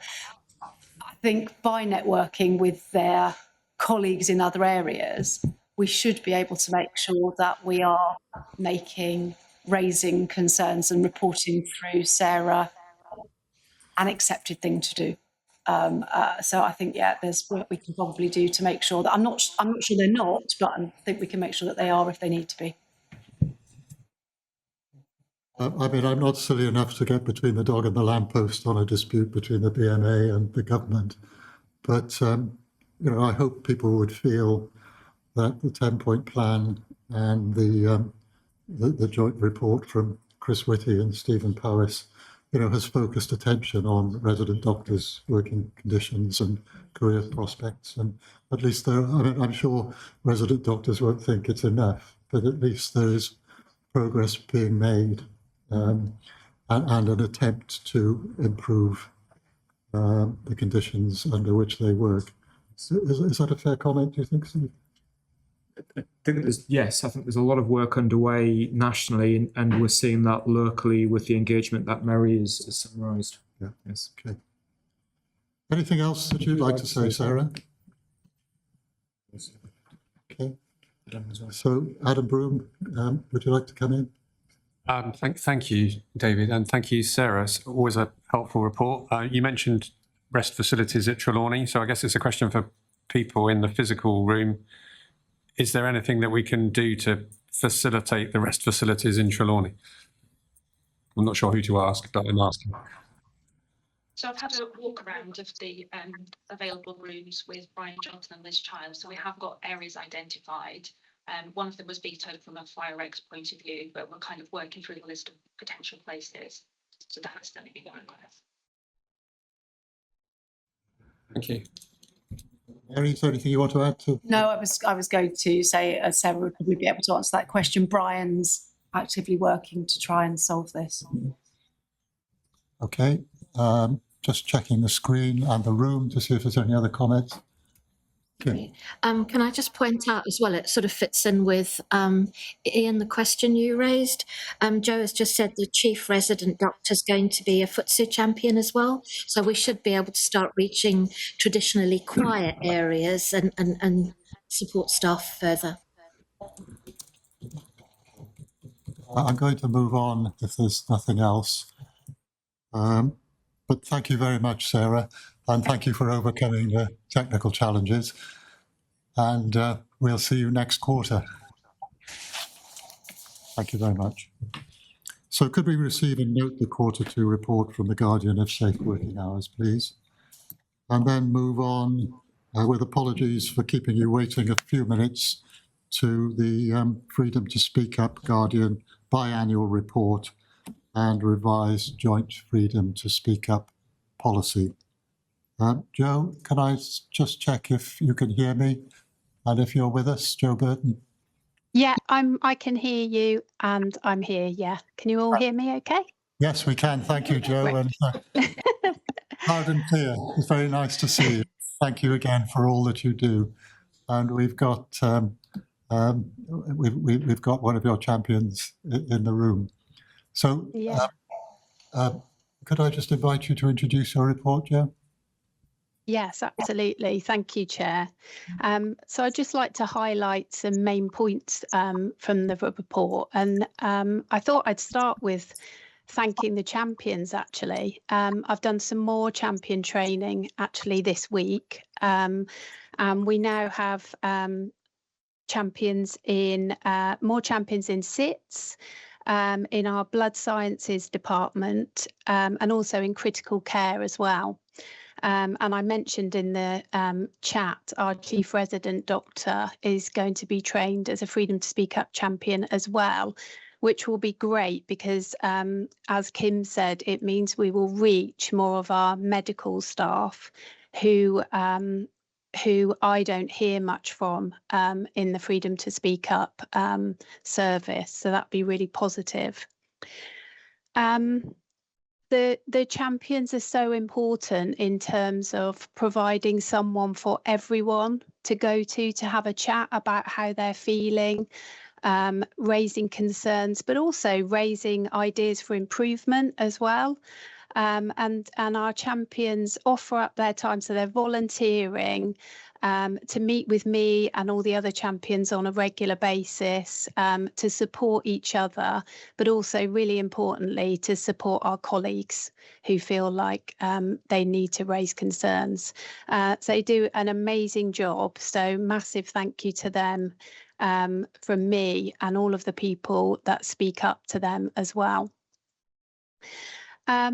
I also want to highlight that we are still seeing quite a few anonymous concerns coming through, which does suggest that obviously staff are not feeling safe to raise concerns by all of the other routes.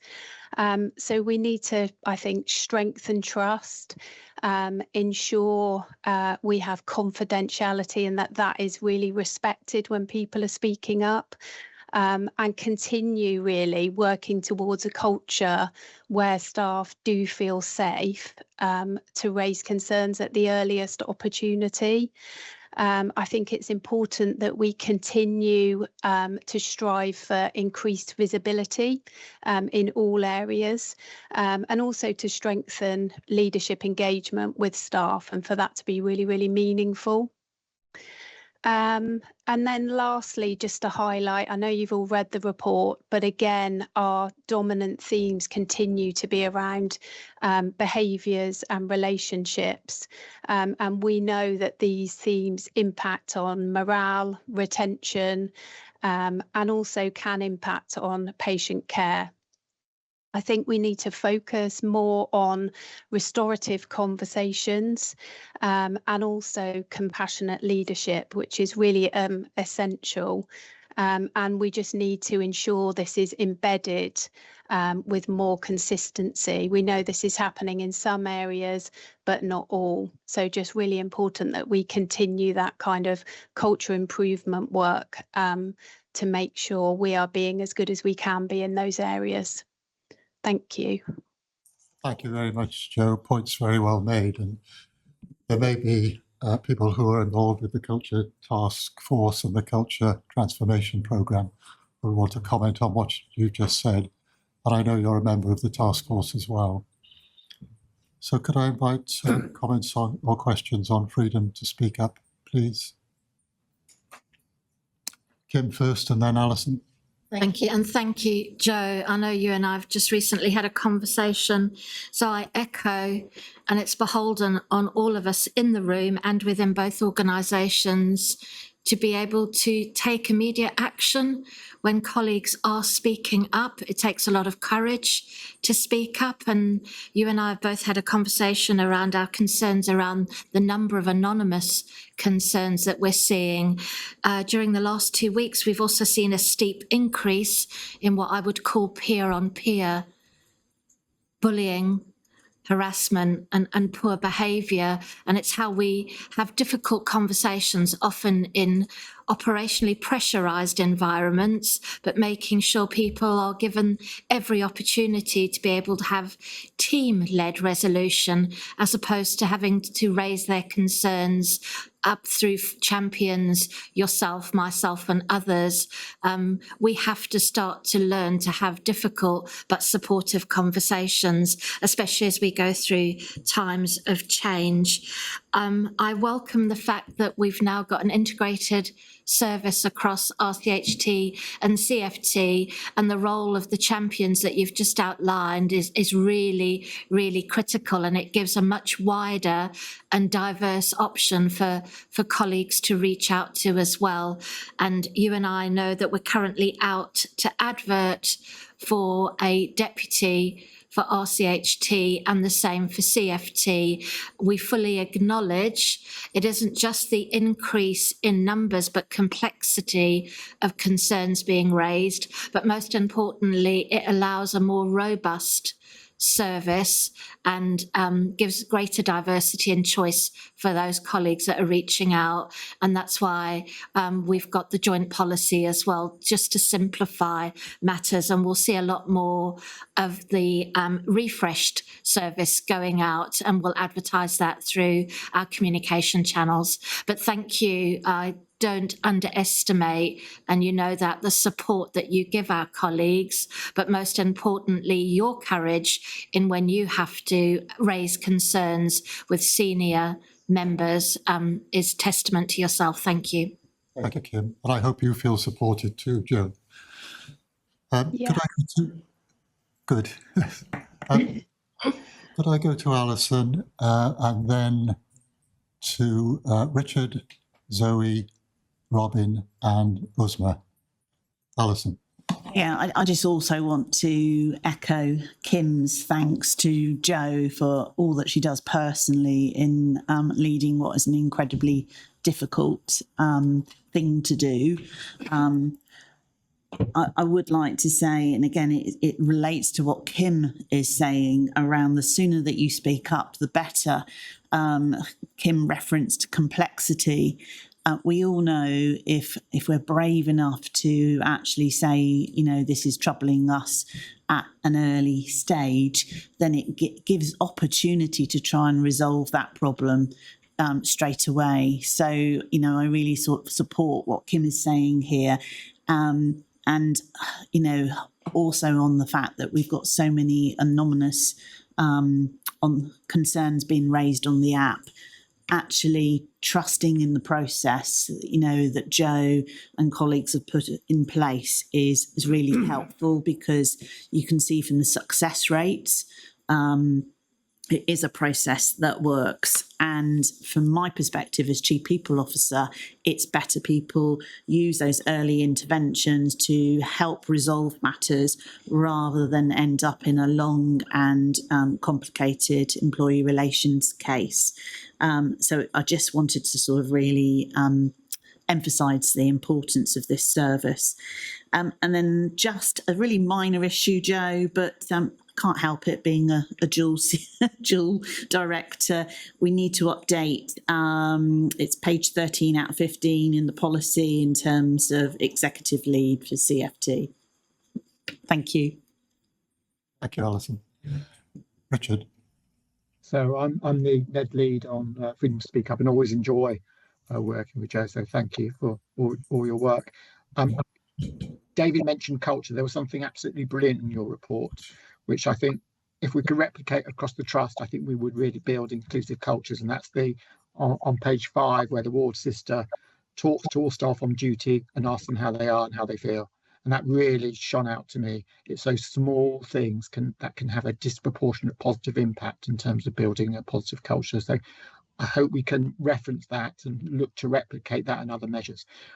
My question was about, is there sufficient clarity to you, staff and the people team, about the roles and responsibilities of Freedom to Speak Up when we get to tricky HR investigations? Do you think there's that sufficient clarity, or do we need to do more work on that? Yeah, thanks for the question, Richard.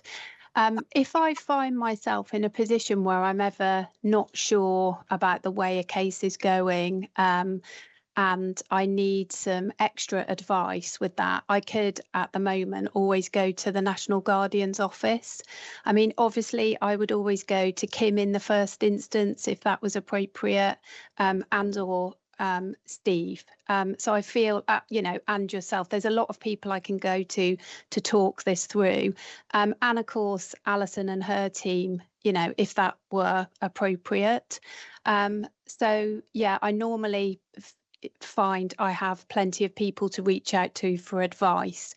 But just going back to Kim's point, we do seem to be finding ourselves with much more complexity in terms of the cases more recently.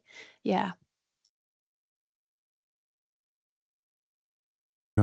Sorry. Yes, thank you. I was just thinking about the link back to our culture work, Joe, and I know you were involved in that, which your input has been really invaluable. And I was just reflecting what you were saying about the network of champions. And I think there's perhaps a real opportunity for us to use them a bit more whilst we're still in this stage of developing what our approach is going to be. So it'd be really helpful to pick up with you how we could sort of use that group of people to really feed into our next steps in terms of our culture approach, because I think you've got such a fantastic network of people there who hear so much. So it'd be a shame not to utilise that. Yeah, I agree. Let's chat offline, Zoe. I think it would be really good to involve them in conversations. Definitely. Robin.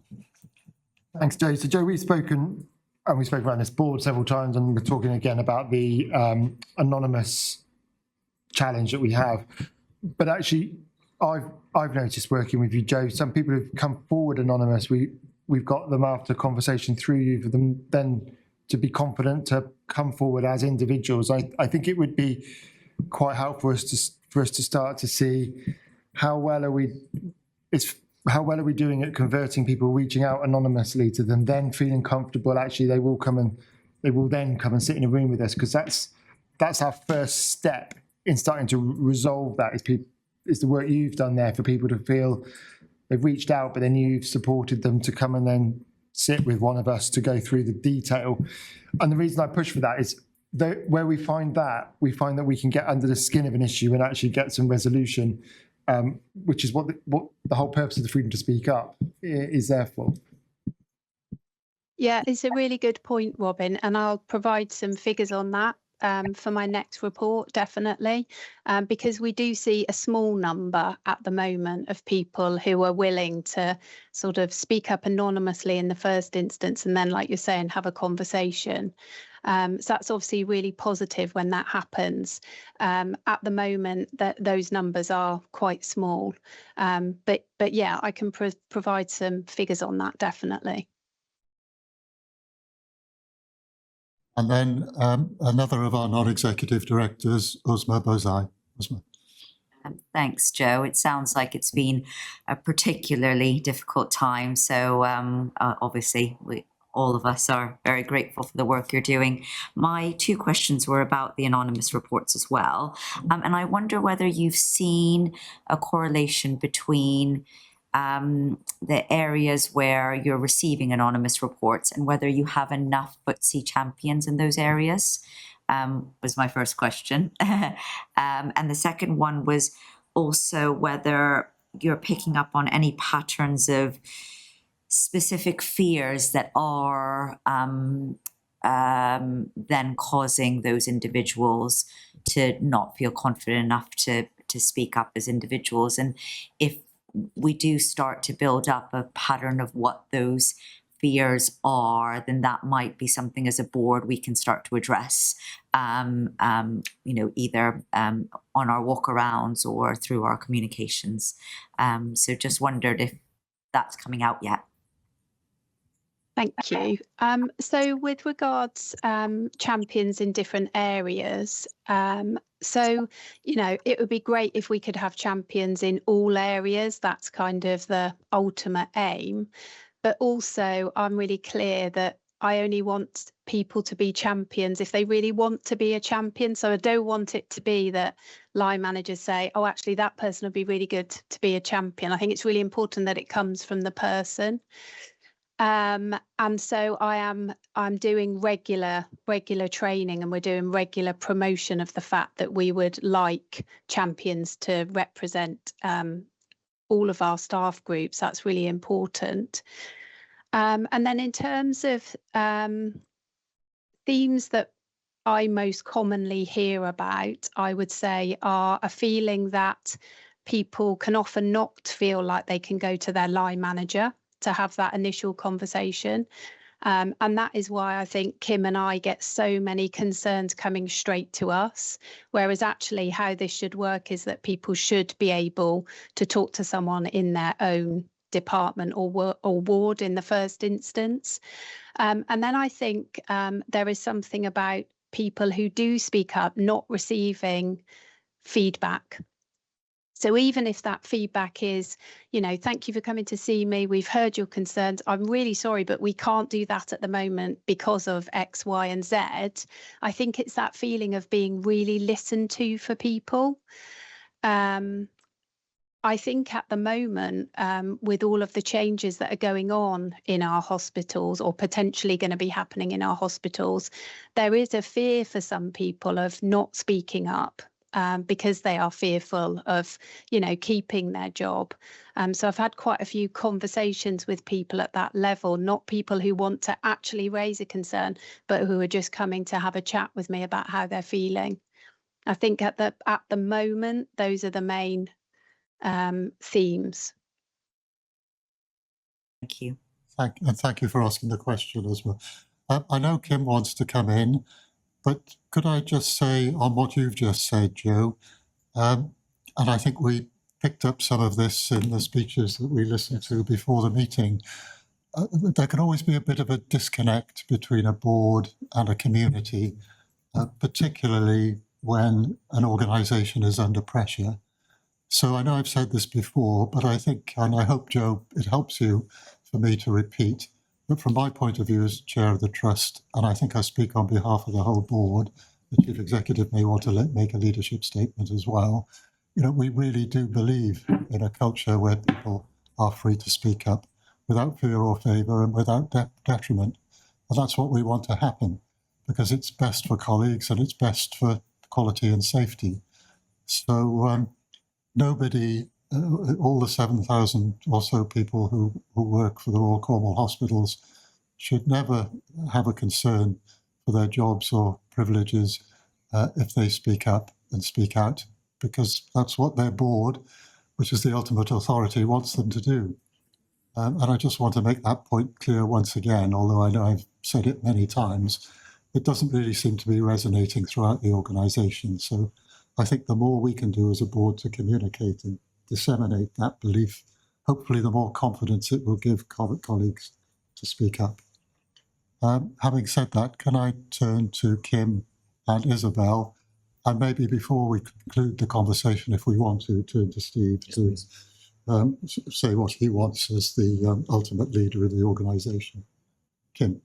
Yeah, so Usma, one, it's difficult when they're anonymous because sometimes they'll give no clue where they work, and those are the most heartbreaking ones that we try our very best to broker where we can, because you don't know if you're taking the right action. Where we do know, and it's great to see that through the UEC care group, that's been quite a challenge, and I think we've seen that in incidents, complaints, freedom to speak up, hence the Internal Quality Summit, to get under what exactly is going on and how do we support staff. I think this is all about role modelling as well for everyone. The standard of behaviour you will tolerate in a meeting or you will walk past, it's all those eyes that you haven't seen or people in the room that say, well, if you're going to behave like that with senior staff in the room, what is the point? So it is about role modelling, talking about it openly, but most important, as Joe and I say, is make sure people get feedback or have meaningful actions undertaken so they don't have to keep repeating their story. There's nothing more heartbreaking or traumatic if you have to keep going up through the ranks, but nothing's changing and then people give up, which is what we don't want. We absolutely want people to speak up, but we want it resolved as locally as we can. We're running about 10 minutes late, but I don't make any apology for that because it's important that we discuss these issues. But if it's acceptable, I'll take one more comment from Isabel, then turn to Steve, and then come back to you, Joe, before you go. Isabel. Thank you, Chair, and I will keep it brief because I'm conscious that most of what I would have said has already been said. But I do want to thank Jo for all the work that she's doing, which is just so critically important. And I think the two things that have come out of the conversation for me, which have really landed, and I would just like to repeat, one is the point that you've just made, David, about us as a board, because it's very difficult for people to feel comfortable speaking up to board. There is this thing called the power dynamic, and people will feel that they lose their voice depending on where they sit in the organisation. So I think to keep reinforcing that message is really helpful. So thank you. And I think the other point I wanted to make was actually the point that Richard made, and I picked up exactly the same point in Joe's report, which is it hurts nobody and it takes 2 minutes to just have that curiosity with your colleagues to ask, how are you doing? And to show that compassionate leadership. And I think the emphasis is on compassionate, to understand that people are perhaps in a very difficult place, either personally or professionally. And for somebody to just take the time and say, how are you doing? What's going on for you, and to listen well. So I know that we are hoping through the culture work, and I am involved with that, to be putting a lot more emphasis on our ability to listen well and to be out in the organisation and really genuinely listen to what's happening. I think that's going to be really key going forward. So there's lots of plans, there's lots of momentum around this behind the culture work. But nonetheless, freedom to speak up is just a critical part of what we're trying to achieve as an organisation. And thank you, Joe. You're doing sterling work. Thank you, Isabel. Thank you for leading the culture task force and all the work. All the work on culture is actually being driven by the board, although we want it to be bottom up as well as top down. It is an important priority for the board to improve our corporate culture. I then go to you, Steve. Well, I'll just pick up from the point you just made. We all know this, but one of the core roles of a board is to set culture, set the tone from the top, and play our leadership role in enabling that culture across the organisation. Clearly, we can't do that by ourselves, but it is a core role for the board. So I think it's absolutely right to make that point, David. I would echo what's already been said by board members, that the culture we're seeking to achieve is one of openness, where every single person across the organisation feels safe and supported to speak up immediately and to speak up openly. When we achieve that, that's a gift. That gives us a direct opportunity to make improvements straight away as an organisation. It gives us an opportunity to prevent harm from occurring across the organisation. So that is our intent. We have heard through Joe and other colleagues that not everybody feels in that position. And connecting that to our culture task force work is really, really important. But I would just want everybody across our organisation to know that what we're seeking to achieve is everybody is safe to speak up openly, and that way freedom to speak up becomes a safety net for those instances where there might be other reasons why people feel they can't speak up openly.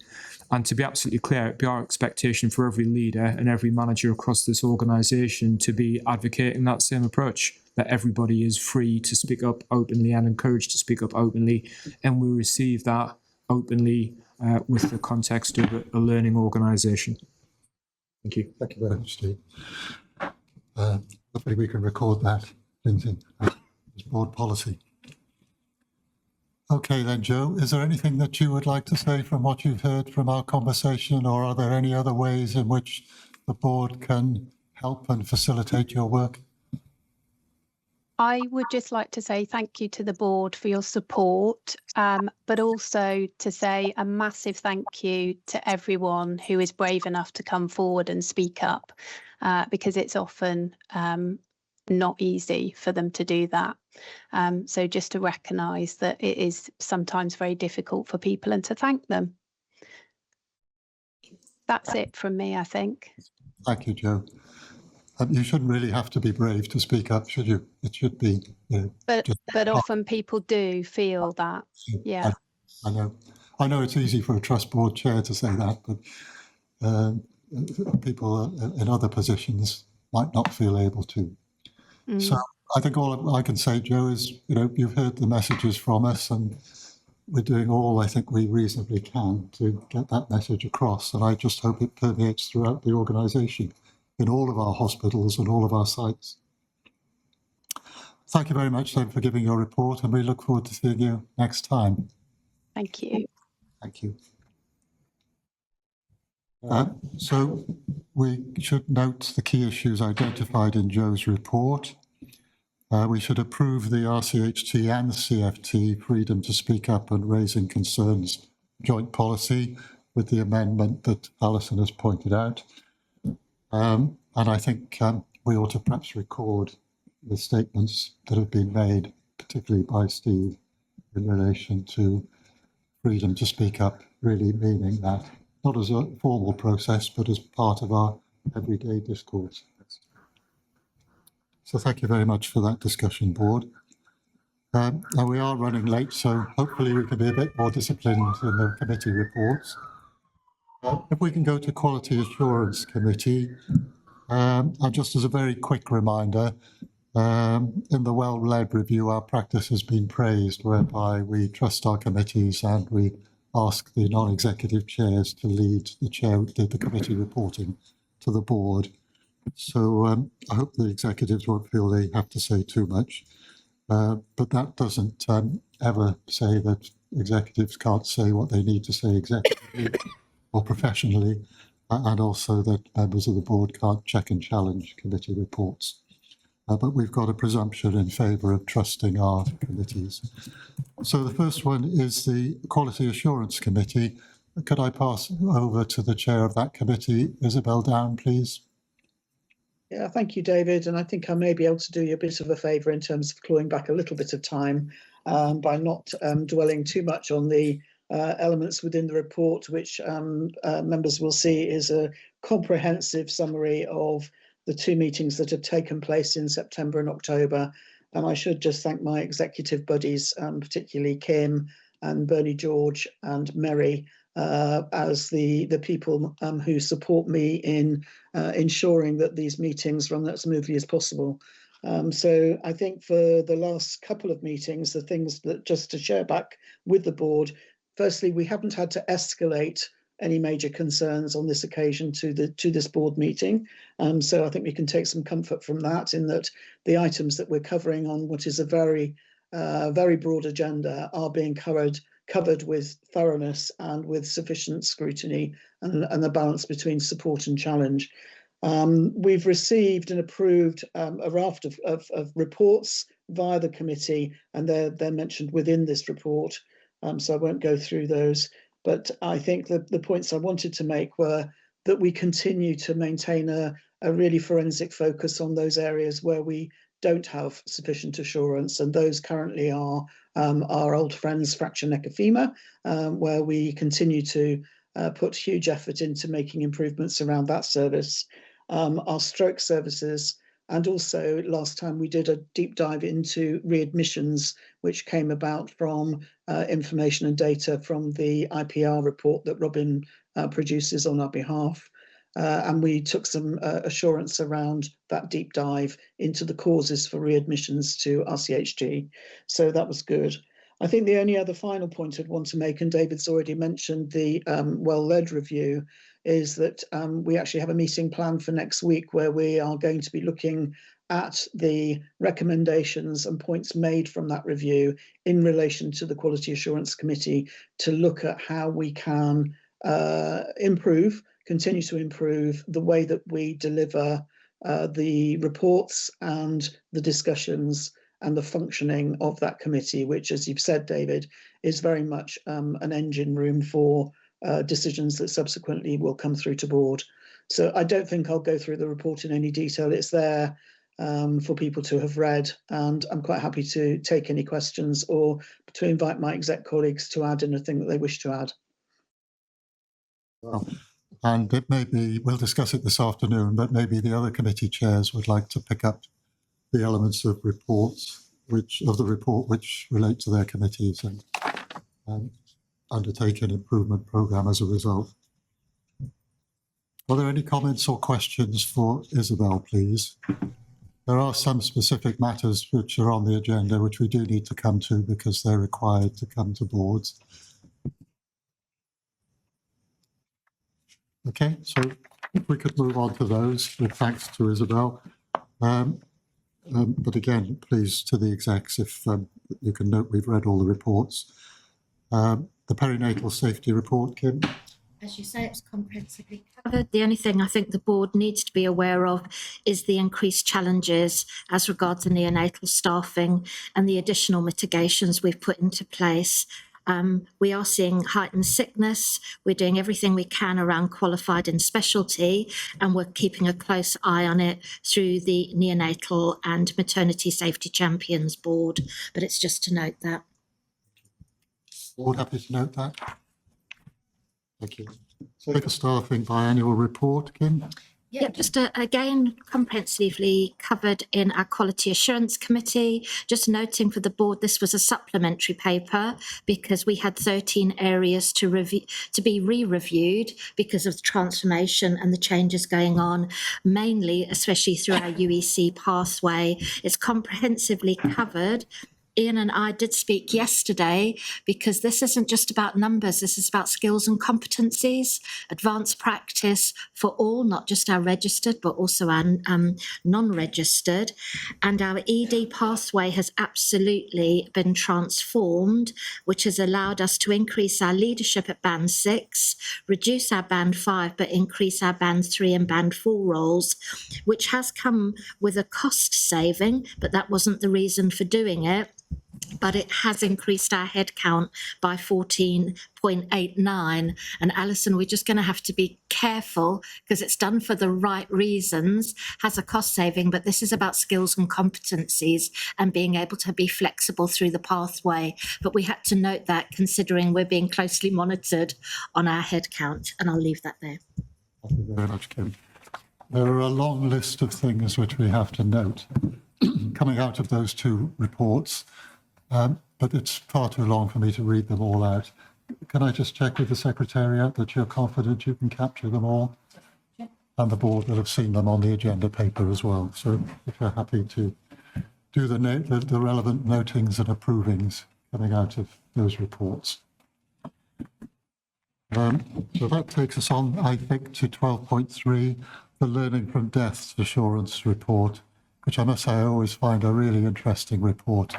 Mary. Thank you. So it is a long report. I will take it as read. A few points I'd like to pull out of that. So our mortality data, I'm pleased to report, continues to benchmark well within region and remains within the normal expected range. We continue to have one alert, and that is around fractured neck of femur. As Isabel mentioned, that is something that we do comprehensively look at the Quality Assurance Committee. We now have an action plan in place to improve our performance in terms of timely treatment of people with fractured neck of femur. And whilst we need to continue to scrutinise it on a regular basis to make sure that we continue on an improved trajectory, we are now seeing some really good improvements. So our hospital standardised mortality ratio, which was significantly elevated at above 145 in July, has fallen already to 121. We are now seeing a sustained improvement in the percentage of patients that are getting to theatre within the recommended 36 hours from admission, which has increased from 35% in October to just about 40% now, still against a national average of 57%, which we aspire to achieve and excel beyond, but as I say, a sustained trajectory in the right direction. We're seeing a drop in the mortality, the 30-day mortality of fractured neck of femur, from 10% this time last year to 6.2%. The national average is 5.1%. And actually we are within the normal rate, within the confidence limits for that particular metric. But again, we seek to continue to bring that down. And we are now achieving a monthly average of hours to surgery of 42 against a national average of 39 and aspiration of 36. So we're going in the right direction, but we will continue to keep a close eye on that. Otherwise, I'd like to point out that our medical examiners are doing an extremely good job, and they are now reviewing all deaths that are not referred to the coroner. Which is excellent. And of those, we did a further deep dive into 48 deaths in Q1 with structured judgment reviews undertaken, and only one of those cases was scored as poor care overall. That prompted 2 further reviews, so patient safety review 1 and then a patient safety review 2. And the findings were different. It was not found to be poor care. It was found to be a difference of clinical opinion as to the way a particular patient should have been treated, all of which were very valid. So it was worth looking into, but we didn't find that care was poor when that was looked into. The only other thing I think I'd like to point out in the report is that we had 4 deaths in Q1 of patients who had learning difficulties and autism. They all had a deep dive review, and all care for those patients was found to be either good, excellent or outstanding, and all deaths were found to be unavoidable. Happy to take questions. Thank you, Mary. Richard, I know you've been concerned in the past in relation to learning disabilities and autism. Are you assured by what Mary has said? Yes, I am sure. Thank you, Mary, for that. Thank you. Any other comments or questions for Mary? I think just to say, Mary, the focus on stroke and fractured neck of femur, we are beginning. I mean, I know there's more to do, particularly on fractured neck of femur, but we are seeing measurable progress. We are starting to, yeah, which is, and indeed in stroke, they've been really making some difference for a while now, but we're seeing both of them going in the right direction now, absolutely. Leading that. So can we note and endorse the Learning from Deaths Q1 assurance report, please? And then move on still with Mary to the 7-day services board assurance framework update. Thank you. So again, I'll take the report as read and just give you a very brief update. So the 7-day assurance framework focuses on 10 core standards for 7-day services. So that's services to allow people access to services across the week. We have specifically focused on an area where we were not achieving as we should, which was standard 2, which is the time it takes for a patient from admission to have a senior review. So that's a consultant review or the new specialist grade review. Previously, we had recognised that there was more work to do on this. An audit undertaken before the implementation of the new medical model, which is both the staffing model and the flow through straight to MRATs and AMU for those referred into medicine rather than through ED, demonstrated earlier in the year that we were only achieving between 65 and 42% across the weekdays and the week in terms of review within 14 hours, which is the minimum standard that we should be expecting for our patients admitted. Once that audit was redone after the new medical model was in place, I was pleased to report that we were seeing, depending on whether you were talking about weekday and weekend, we were seeing between 93 and 100% of patients seen within that time frame. And that was across the areas of the acute medical admissions unit, Phoenix ward, which is our stroke unit, and then the subsequent audit also included the MRATs, which is the rapid assessment area before AMU for patients received into the medical take. So a really significant improvement. We're going to repeat that audit to ensure that that's a sustained change, recognising that operational pressures on the hospital potentially could significantly impact that. And NHS England are renewing their focus more generally across the 10 standards for 7-day services. So over the coming months, we're undertaking an audit of where we benchmark against each of those standards, and we will take that back to the Quality Assurance Committee. The sort of chat around the system is more focused on 7-day and weekends and so on, isn't there? So I'm sure that's topical. That's absolutely right. And the summary that Mary's given, I think, is a really significant one. So those improvements over that period for AMU, MRATs and Phoenix are really significant. I think very, very helpful for the board to be absolutely clear on that progress that's being made. So recognising and kind of acknowledging the efforts that colleagues have taken and the leadership role that Mary has played.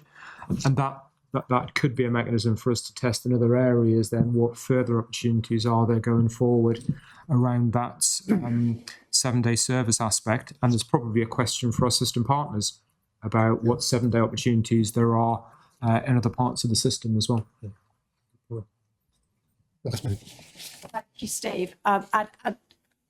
I'd like to draw the link between this report and the previous report. You mentioned the stroke, the improvements in stroke management, and in particular the fact that we now have stroke mortality within the normal range, whereas before it had been flagging as an outlier. And there is a direct correlation between the timely review of the patients on the stroke unit by a consultant, facilitated by the new medical model that has brought down our stroke mortality. Thank you. So I think that we should perhaps note particularly the improvements in the time to consultant review against the deadline of 14 hours.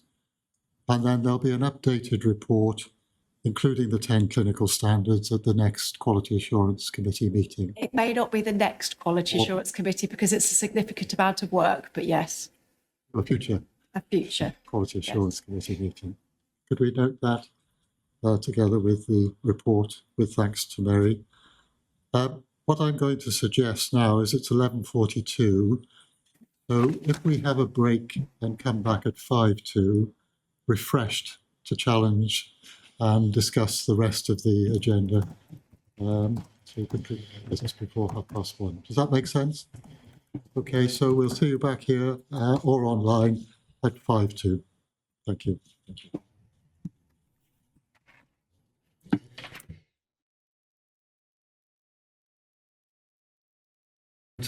Is item 13, the Finance and Performance Committee Assurance Report.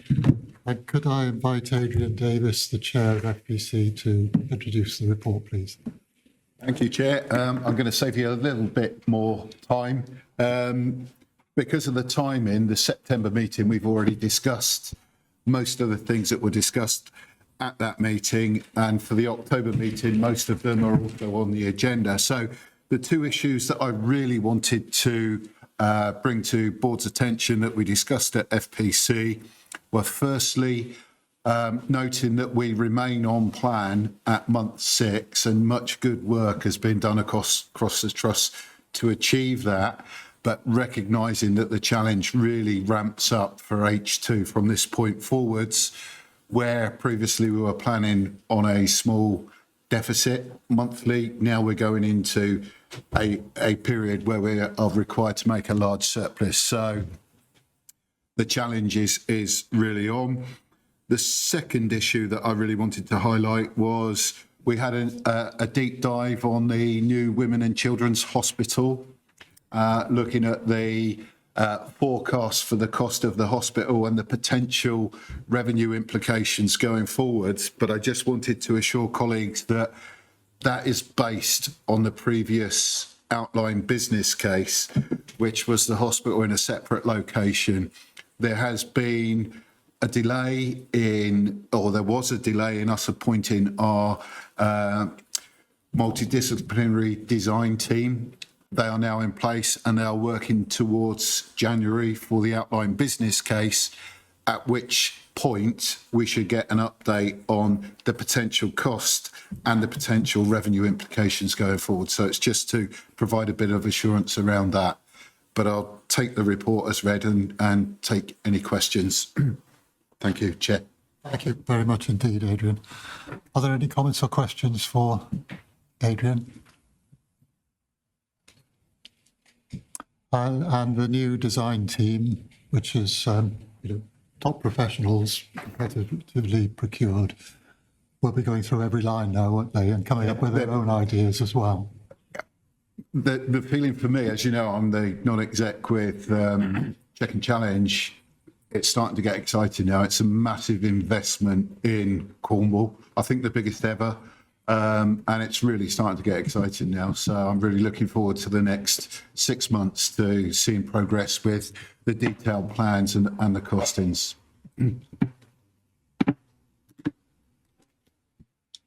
Okay, so are there any comments? Have you seen some? Adam. Sorry, Adam.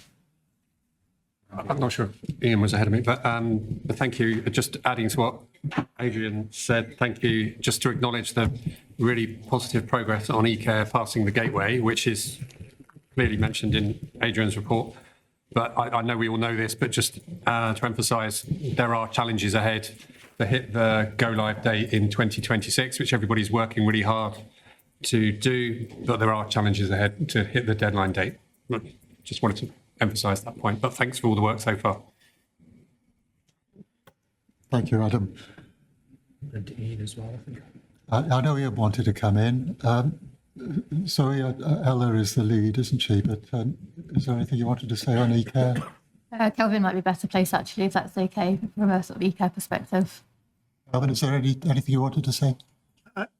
I'll acknowledge what Adam said, because I think we've said all along that EPR projects are so large and complex, in the same way that Women's and Children's will be, that there's never a point in the programme where it's a breeze. But exactly that, acknowledging everybody's hard work to get to where we are now, and the work that's planned to go live in next year. It was a point that was raised with us this morning, Steve, so I'm sure you'll be able to pass that on to Ella. Yes.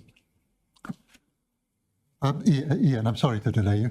No, that's right. I just thought it might be helpful, particularly for members of the public and staff and colleagues watching online, just to clarify, when we talk about things like the multi-agency design team for Women's and Children's, that's part of our capital expenditure. So those teams are part of expenditure that's capitalised as part of bringing that asset and the new development into use. The same with a significant number of the eCare roles, and I wouldn't want colleagues to confuse that with our revenue expenditure and position, which is a report we'll come on to shortly. So it's just to help with that clarity if colleagues had any concerns about the different discussions we're having in terms of appointing to new teams to support major projects. Okay, so what you're saying is this is coming as capital expenditure from the new hospital programme rather than from the trust resources. Correct. Yeah. Thank you for clarifying that. Okay, so could we note the reports from both the September and the October meetings of Finance and Performance Committee, please, alongside the points that have been made around Women and Children's and eCare. And move on to item 13.1, which is the month 6 revenue financial report, Ian. Thank you, Chair. So as Adrian's alluded to, we have made the half-year point. So this is a half-year point from a financial perspective. Those that aren't familiar with the finance calendar, we're halfway through the year at month 6, and it is a really positive position. And thanks to a lot of hard work from a lot of colleagues across the organisation, that we're able to deliver a break-even position at that point. That's probably where my positivity stops, in that this still represents a £5.9 million deficit. So as an absolute position, our trust is still in a £5.9 million deficit position at the halfway point of the year. That was always our plan, and the graphic that we've got in this report shows that on page 220, that, as Adrian alluded to, we've now moved into months where we deliver an in-month surplus position as part of our plan, and that is what gets us back to our break-even plan by the end of the year. Operating within a break-even within our resources is our statutory duty as a board and as an organisation, and it's worth us being explicitly clear on that. The in-month position was achieved, and you'll see in the section 1 of the report, talks about some of the mitigating benefits that achieved that. So that wasn't without non-recurrent mitigation. So there was £3 million in month, which is significant, of mitigations. One of those was a release of an annual leave accrual estimate that we were expecting to release later in the year, and we've deliberately chosen to release that earlier to offset the previous period of industrial action that we had in July. But again, we need to mitigate that gap in our future months now, so that we can still deliver our overall plan. We recently had the mid-year review with NHS England, which all trusts were subjected to, and their key focus from a financial perspective was, are you on plan for the year to date, and what's your level of confidence by the end of the year? So you'll see in section 2 of the report, there's a significant update which the Finance Committee went through in a level of detail, which sets out our range of forecast. Could be as high as 13 million, but our gross forecast with the adjustments we've got is 11.2 million deficit. We're working really closely as a system, as well as individually as an organisation, on all of the mitigating actions we can take to recover that position. The key elements within there are around the continued delivery of our cost improvements, our delivery of elective activity, and making sure that we're doing all we can to maximise from an elective perspective, both because that has a variable income attached to it, but also obviously in terms of our performance in referral to treatment times for our patients. The work really is around maintaining that grip and control that we've had, identifying more mitigations. We're going to need more. There will be more bumps in the road for the remainder of the year. So identifying more mitigations, and as I said, elective activity. Our cost improvement plan, so we've got a £49.3 million cost improvement plan as part of that break-even delivery. We continue to make good progress against that, but again, that was as part of the overall plan. There's a higher requirement to deliver cost improvement in the second half of the year compared to the first half. So it's 62% in the second half of the year compared to 38% in the first half, just to give you that comparison of how that works. Finance and Performance Committee went through this in some detail and have requested a trajectory, particularly around the non-recurrent delivery of cost improvement. So that has an impact on our underlying financial position and our level of savings requirements in future years if we're not able to make recurrent savings, which is a saving that repeats year after year rather than a one-off that occurs just in a single financial year. So that will be coming back through to Finance and Performance Committee later this month. The key risks, we've touched on a couple of them already. Industrial action, which following announcements today looks like it will probably go ahead later this month. That is likely to cost us in the region of £400,000 to £500,000 based on previous experience. That's not funded and is not included in this forecast. Similarly, we've talked about release to rescue 45 in terms of ambulance handovers and the escalation spaces impacts. So we'll need to keep a really close eye on how that impacts. And the extended timelines around our consultations will also mean that there's an adverse impact on our forecast position. So we'll be doing a full update of the forecast into our month 7 discussions at Finance and Performance Committee. So I think whilst it is positive that we remain on plan, there are organisations across the southwest and the country that aren't in that position. So I do want to acknowledge that is positive, but it's not without us taking steps. We are going to have to continue to take significant action and decisions as a board in terms of making sure we've got that financial sustainability and we deliver our year-end position. And I think it's important, and one of my reflections recently is the level of communication of that across our organisation, and doing a bit more on our communication of that, because I think it can be difficult for people to understand if the headline message is that we're on plan, the scale of that challenge. So whilst I know that board colleagues and committee members are well aware of that, I think there's more we could do to make sure that the organisation at large understands and is with us and able to help identify opportunities to support that delivery. So I'll leave it there, Chair. Happy to take any questions. Thank you, Ian. Before I invite questions, would you like to say anything about cash? Yeah, so cash is in a healthy position. So for a Finance and Performance Committee, we do a quarterly deep dive into cash, which has been commonplace now for a number of years. So we had that at the last Finance and Performance Committee. Cash was slightly ahead of plan and ahead of the revised forecast that had gone through Finance and Performance Committee. At the end of October, we were at £26.8 million, which is ahead of our trajectory. Our current forecast for the end of the year is just under £9 million. And that was updated back in Q1 from the plan submission, which was around £1 million. And board colleagues will remember that we had a heightened level of concern when we signed off the plan around that. We continue to keep it under very close scrutiny, and we're liaising with NHS England as well around the application for cash support that the board approved last month. We're still waiting to hear on that, but we've responded to all the queries we've had from NHS England on that. So it is now just awaiting their final sign-off. I think it's an important bit of context, Ian, for colleagues around the organisation to understand that a £700 million corporation, even if we achieve our targets, would only have a few days of operating cash. That's why it's so important that we keep going, because it doesn't help any colleagues if we run out of cash. Comments, Alison? Yeah, I was just reflecting in on your comment about communication and some of the feedback we got this morning from staff. And it is really complicated NHS finances.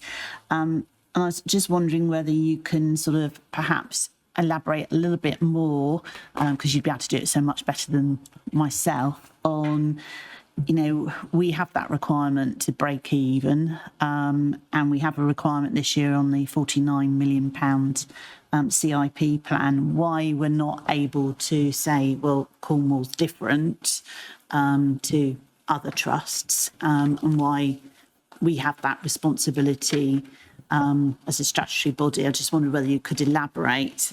And then sort of going one step further, you referenced other trusts that are performing financially worse than us at this point.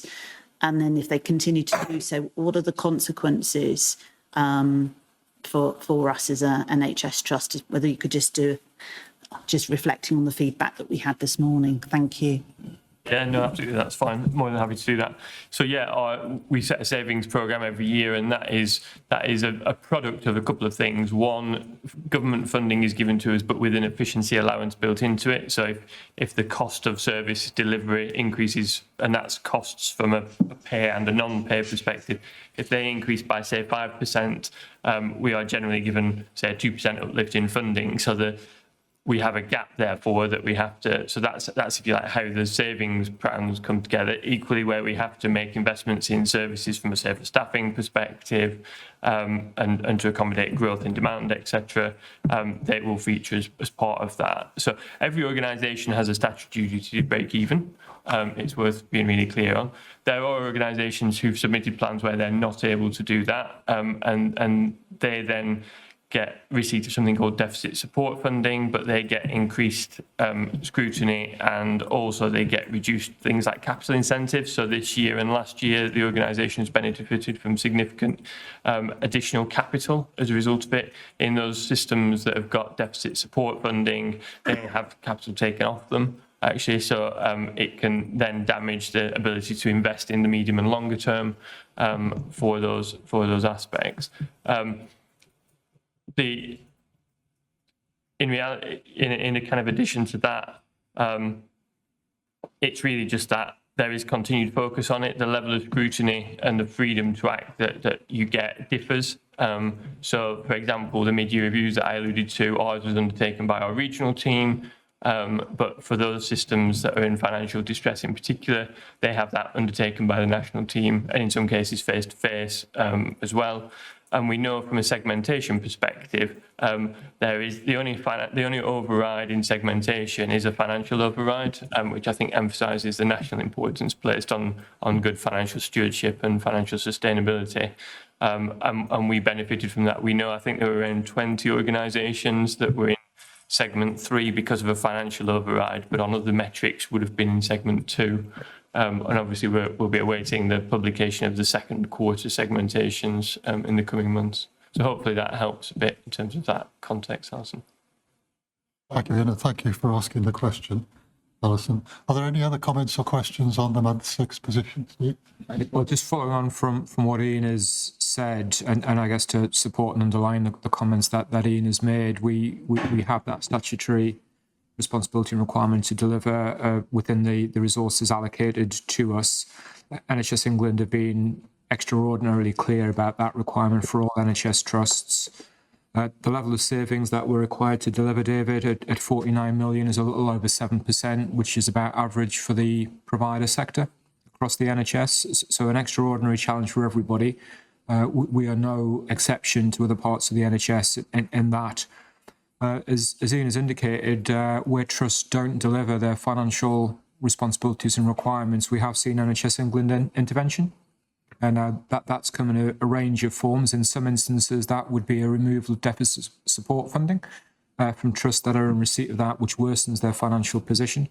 And other organisations or systems, that can be a more direct form of intervention by NHS England. So we must recognise as a board the intervention options that NHS England can give. I think it's probably also appropriate for us to recognise the wider political context that we're in. The Chancellor made a statement earlier this week, which my reading of that was setting out how extraordinary challenge the government finds itself in terms of resource allocation. So that does not seem to me to be giving any indication of an ability from government to choose to invest more funding in the NHS. If anything, it raises risks about future years. So whilst that announcement that the Chancellor made earlier this week wasn't specific to the NHS, it did set out a really very, very challenged financial environment for government. And I think we need to recognise that. And all of that reinforces the urgency of the matters that Ian has described.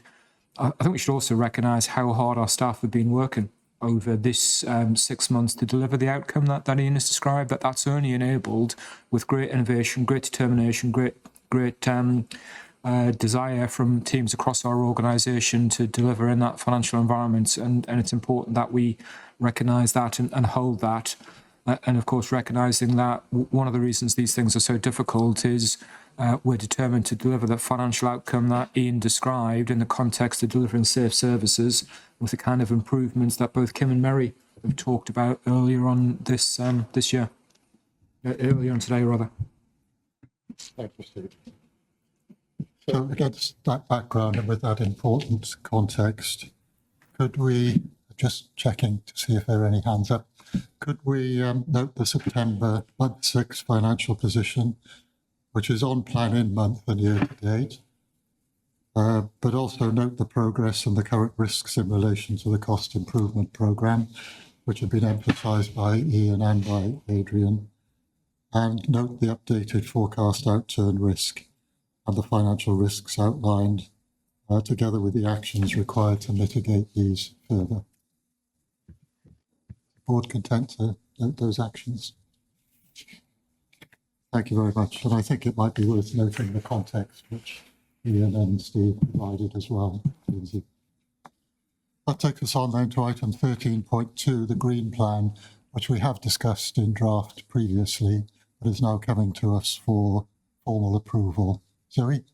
Yeah, thank you. So NHS England have asked that all provider organisations develop their own green plan. We had previously had one as a system with the ICB and with Cornwall Partnership Foundation Trust as well, which set out our ambition to achieve net zero by 2030. Our updated green plan sets out a rephasing of that ambition, and it highlights that we are aiming to achieve net zero for the emissions that are under our direct control by 2040 and for the emissions that we can influence by 2045. This aligns us with the national NHS direction in terms of achieving net zero, and it also continues to align us with our partners. So the Devon and Cornwall Cluster ICB have also recently developed their green plan, which sets out the same ambition, and CFT's green plan also has the same ambition. It also really reflects the real challenge that there is across the NHS sector in achieving net zero, and the difficulties around doing that while balancing resource constraints. In terms of developing our green plan, we had really excellent engagement from people across the whole organisation, and we've got a huge amount to be proud of at RCHT in terms of green and sustainability. Lots of really engaged people, lots of innovation. So we've got a fantastic foundation to be building on, and we've seen some really fantastic progress. And the green plan, I think for the first time, is really clear from an RCHT perspective around what we need to do to be able to achieve our ambitions and the steps we need to take over the next 5 years. And it is still going to be challenging. I think even with those rephased net zero ambitions, we still really need to ensure that in all our decision making, we're really considering green and sustainability in how we are prioritising resources, prioritising what we do, because even that 2040 timeline is going to be really challenging for us.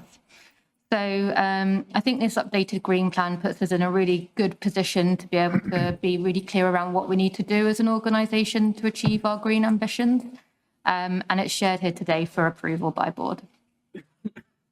This is the first time that we've put it in public, and assuming that we approve it, because we had to submit it, didn't we, to NHS England, there may be parts of it which we would want to publicise and bring more closely to the attention of our staff and public, because there's a lot of good things in here. And it's probably rather more realistic than the last one. 2040 does feel more realistic, even though that will be a stretch.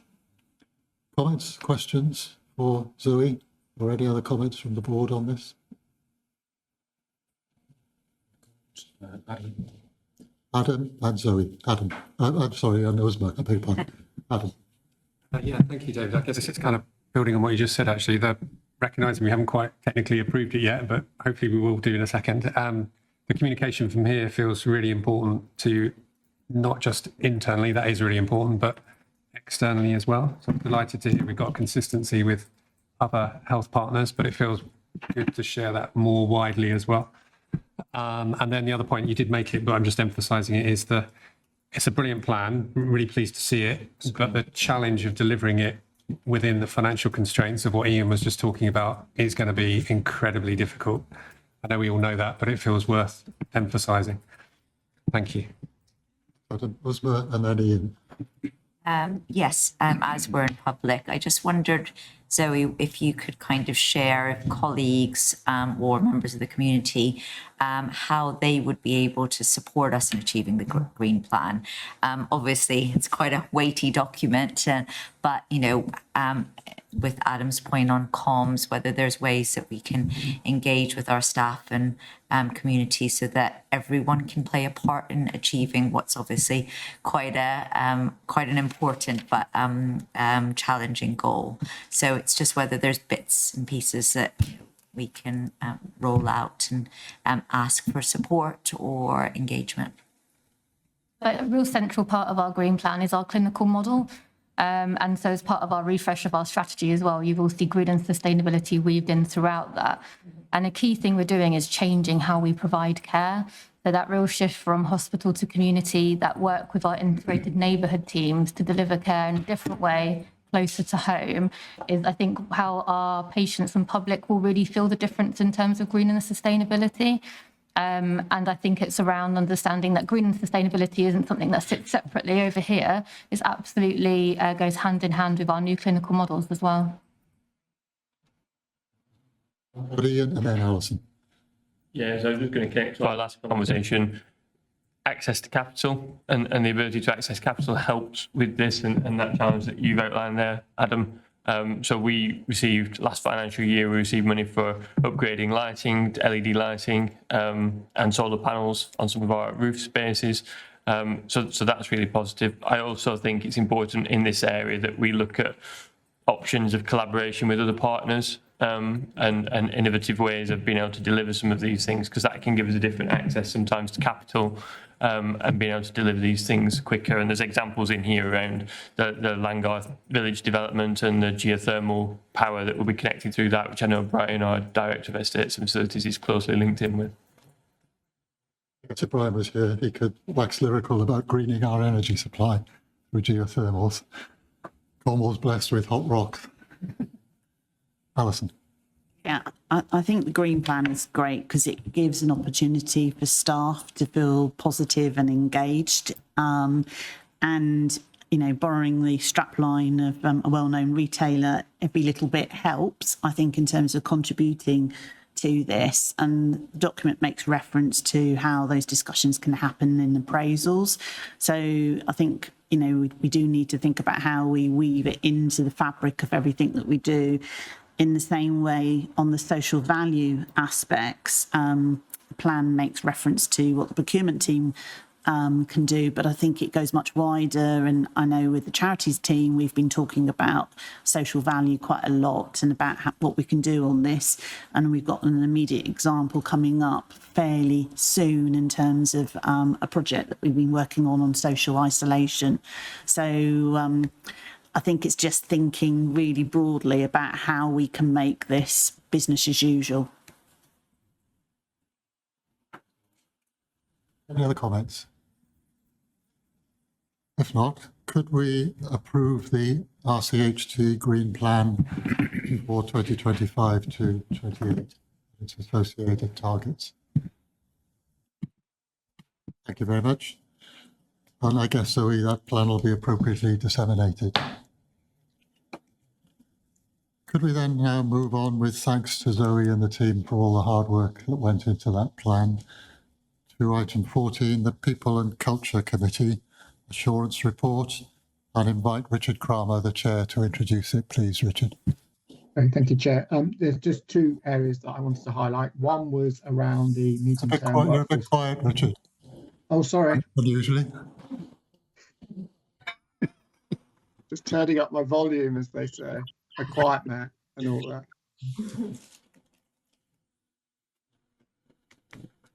Just gone on to mute there, I think. The volume had turned up, but then you'd gone to mute. It's all gone to pot, hasn't it? Right, take 3, scene 1. 2 points I want to share. Carry on. So the first point was the medium-term workforce plan.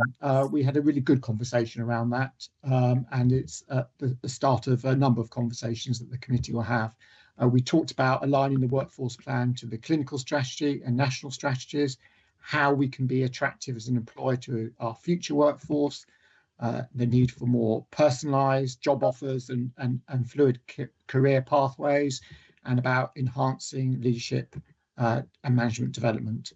And so, as I say, we'll continue to have that. We're moving to a document that will have a vision of where we intend to be, and expanded content on our recruitment strategies, staff retention efforts, and the support to employees. So that work will continue.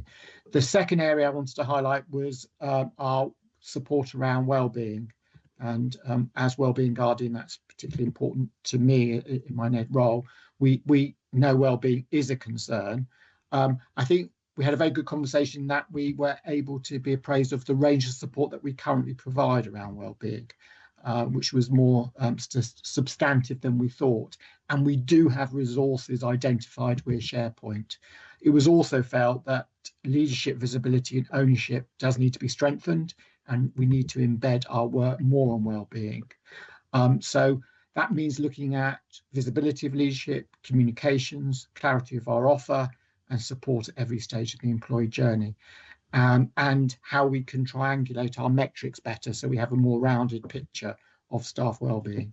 And I think there are two things to raise. Is one is to ensure that we have sufficient and regular discussions at board level regarding staff wellbeing. I think we've seen more of that in the reports presented today, where we're really thinking about staff morale and support to them. And the other thing that is that we've had a previous commitment from the Charity Funds Committee to support wellbeing. And so there is an action probably for the exec team to come forward with a body of work that can be funded so that we can do more to support wellbeing across the trust. So they're the two things I wanted to highlight. Richard, any comments or questions for Richard, please?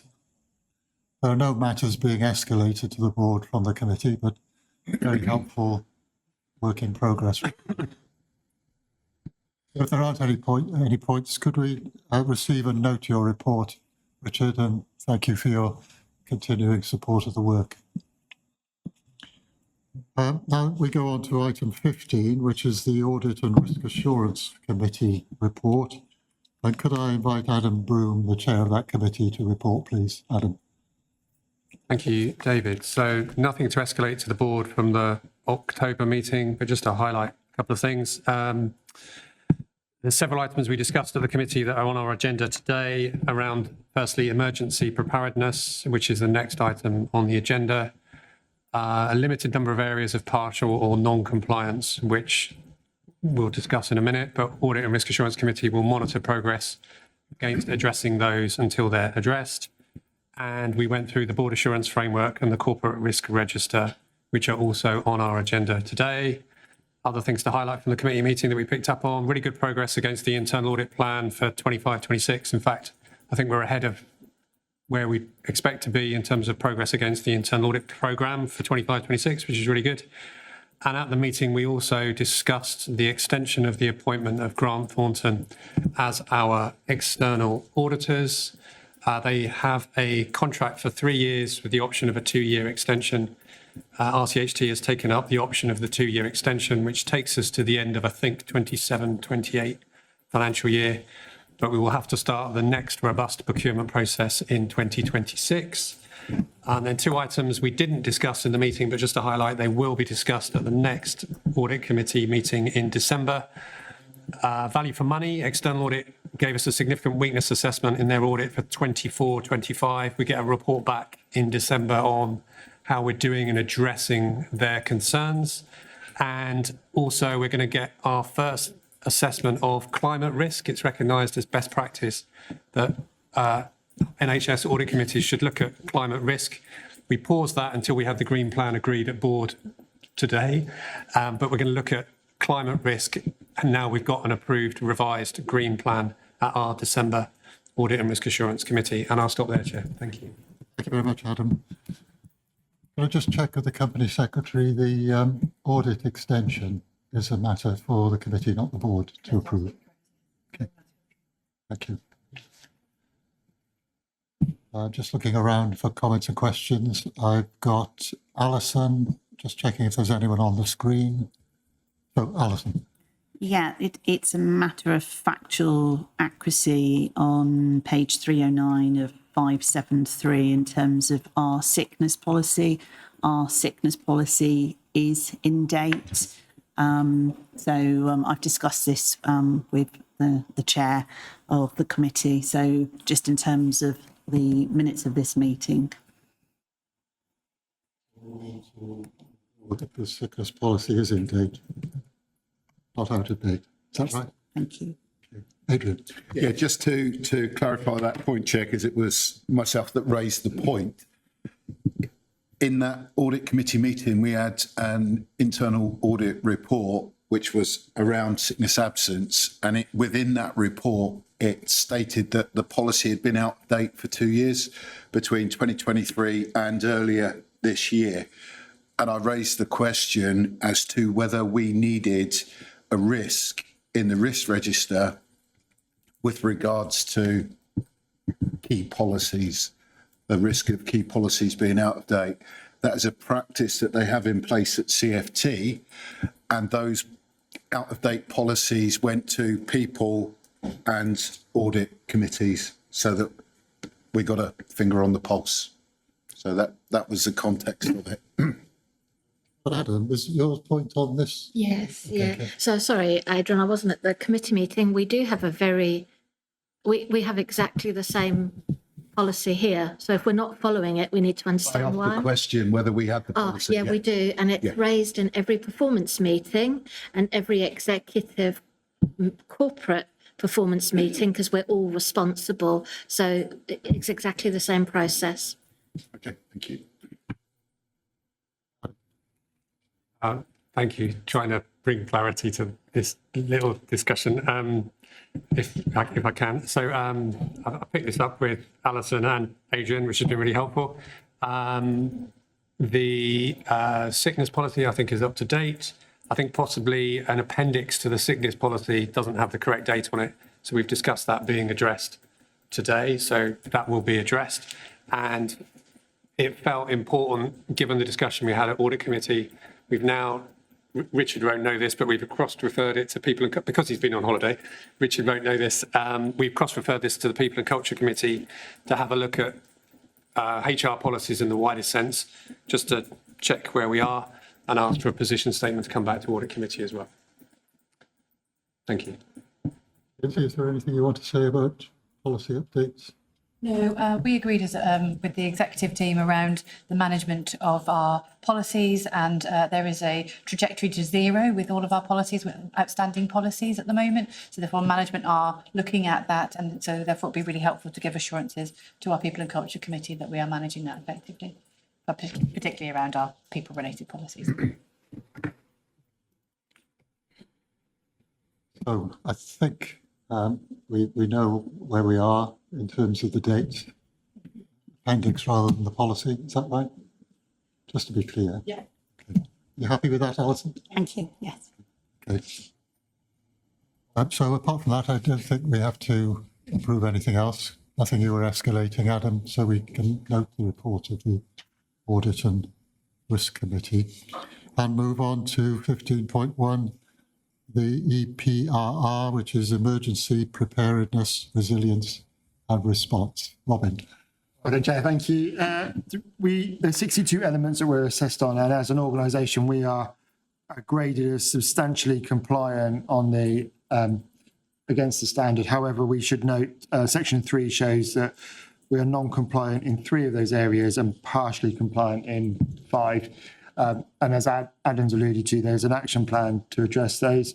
I think for context for colleagues, we always knew that we would be non-compliant while we were implementing the new decontamination unit when we moved away from a out-of-date tent to a static bespoke unit for decontamination, which actually, Adrian, with your other hat on, you've been and seen.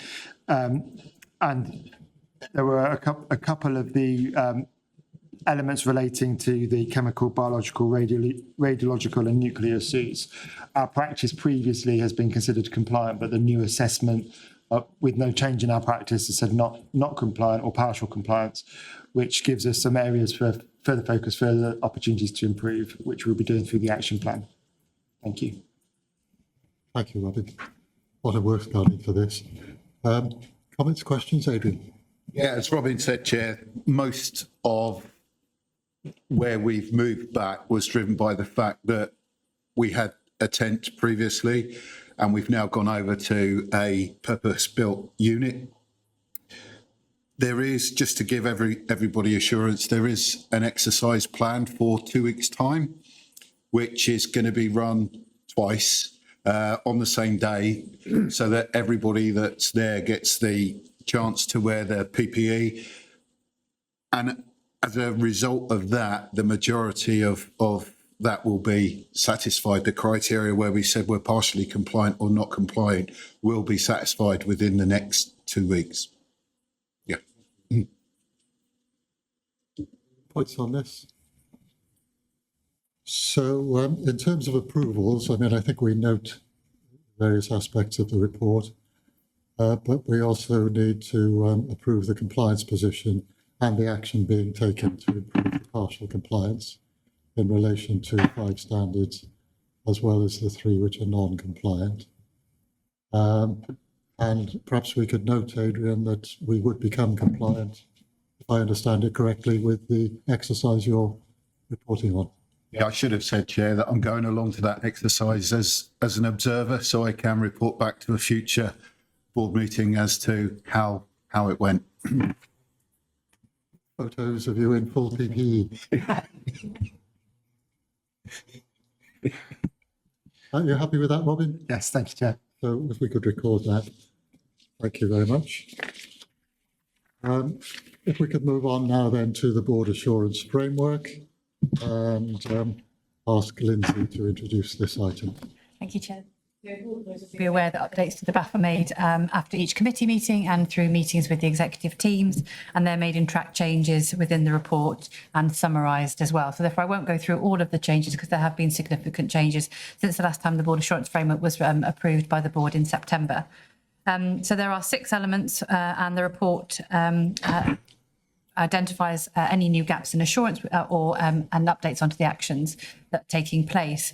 So following discussions at the committee, and we have made sure that we've reflected all of the potential changes, updates and new impacts to our key strategic risks and our controls. So just to highlight a couple of new gaps in assurance within the report, we are developing and being involved in our neighbourhood health, and we are looking at how we can maximise the opportunities associated with that. There's a new gap in assurance with regards to our CQC, UEC and medical services inspection and the actions that are progressing. There's also a new gap in assurance relating to our staff survey and the outcomes and ensuring that we are delivering improvements. And there's also further gaps in assurance being added with regards to organisational change from a people, from a health and from a financial perspective as well. I don't propose to go through any more, Chair, probably just to highlight that there are a couple of proposed closures. There's 3 proposed closures within the report of actions. Thank you, Lindsay. Any comments or questions for Lindsay?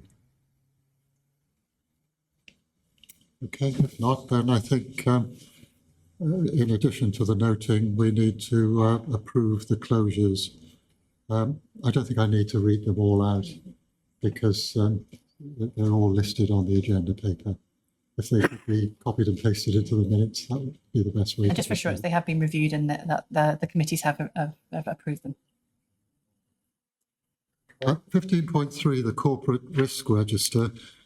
It is good practice in corporate governance for us, at least a couple of times a year, not just to note the risk register, but actually to discuss it and consider it. So it's been unstarred on this occasion. And Kim, I think you own it and you're going to introduce it? Yes, thank you very Well, much. we all own it, but you're going to introduce it. Yes, all own it. So it's just to reiterate that we have an executive risk committee where the high corporate risks are brought through by the different care group teams, and we have a discussion and they are approved or we ask further questions. And we also have that face-to-face conversation as regards the score, the mitigation and any support they require. So here is the latest report, the one that we've already spoken about, the one that we took quite a lot of time discussing, which is no surprise, is the ED crowding risk.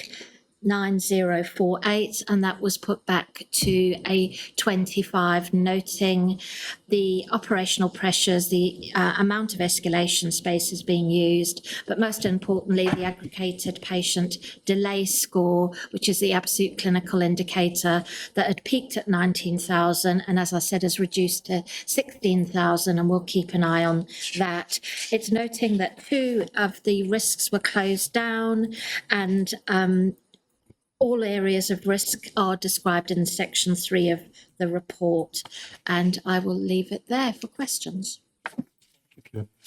Could I just ask you, given that the ED overcrowding risk is crystallised, so in a sense it's off the register because it's crystallised, is the executive confident that every possible mitigation has been thought of to reduce that risk, and yet it's still crystallised? Thank you. Perhaps if I start off. There's two components to that. Then there's the question about, are we confident and assured every single action within the organisation is taken, progressed and monitored for its assurance. There's also then, I think, a check back to the mortality reports and the safety and quality reports that the board receive, which give us an evidence-based assessment of is harm being incurred versus the risk which is described in the ED risk 25. And I think we need to look at both of those aspects. In terms of the confidence of is every action being taken, my view would be one of the mechanisms we have to assure that is the clinical vision and flow steering group, which provides that oversight with executive and clinical leadership engagement to test exactly that. And we see that reported back through Robin in the urgent and emergency care report to the board at every board meeting. And as you mentioned earlier on, we also have the weekly report to board members so that non-executive directors particularly can have that visibility on a weekly basis. From an executive perspective and an operational perspective, those matters are under review on a daily basis. And one of the mechanisms that we use to drive that forward is a daily Chief Executive, Chief Operating Officer, Chief Medical Officer and Chief Nursing Officer huddle between Royal Cornwall Hospitals and Cornwall Partnerships NHS Foundation Trust to ensure that the two organisations are taking every possible action to address these kind of risks. But it might be that Robin, Mary or Kim want to add to that question.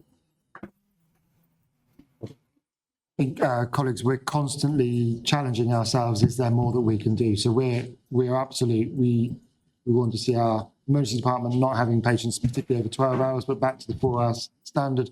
But we don't want to be seeing our patients in the escalation spaces that we're currently using, and they're key priorities for us. And in that constant search, we are taking the time to reach out to other organisations that don't have those scenarios to see what we can learn from them, what can we bring back. So I couldn't give you a definite answer to say there's nothing further for us that's on the jobs list, colleagues, but we are constantly challenging ourselves. Should we bring other areas for learning that we can bring into our existing programmes of work to accelerate the improvements that we're reporting in the report that Steve's already referenced?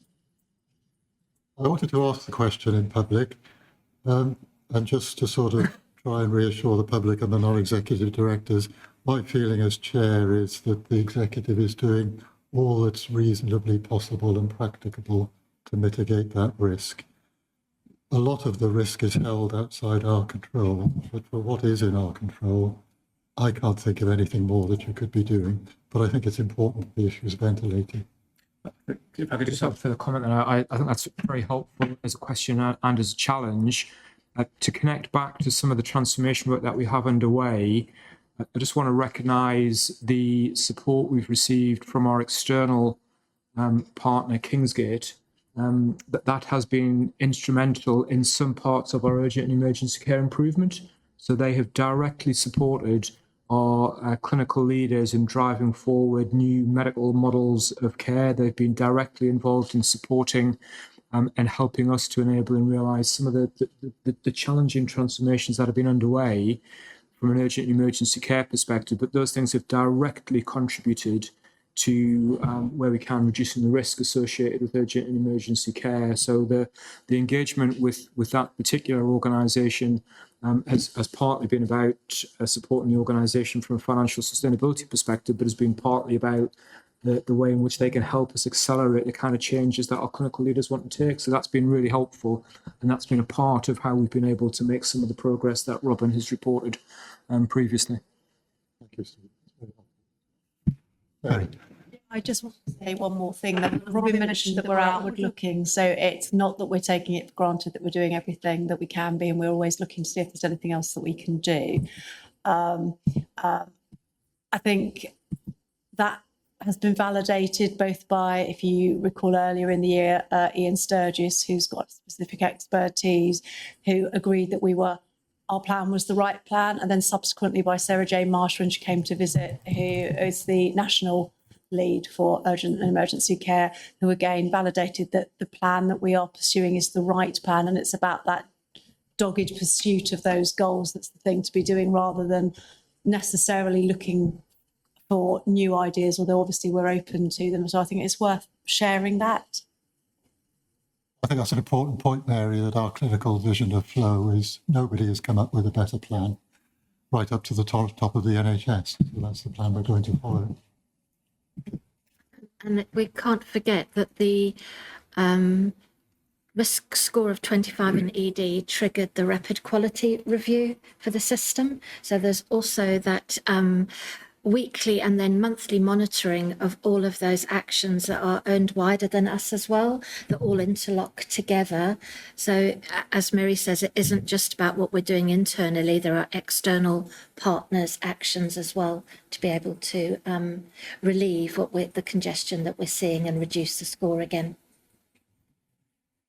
So I think, Lindsay, on behalf of the non-executives, we've checked and challenged that particular highest risk, and we've been assured by the executive response. We should perhaps record that.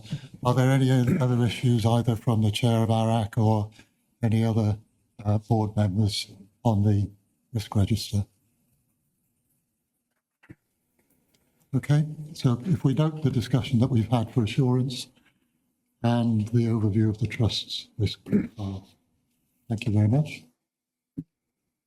Item 16 is Remuneration and Appointment Committee report, and the chair is Isabel Down. Isabel? Yeah, thank you, Chair. Again, I'll keep it brief. The nature of this committee is that the majority of the things that we discuss remain confidential to committee members and therefore would not be shared in the public domain. However, I can share that the key agenda items and decisions that we took in our recent meetings were very much around the report on senior manager pay, the inflationary pay award nationally, and an update to the very senior manager framework.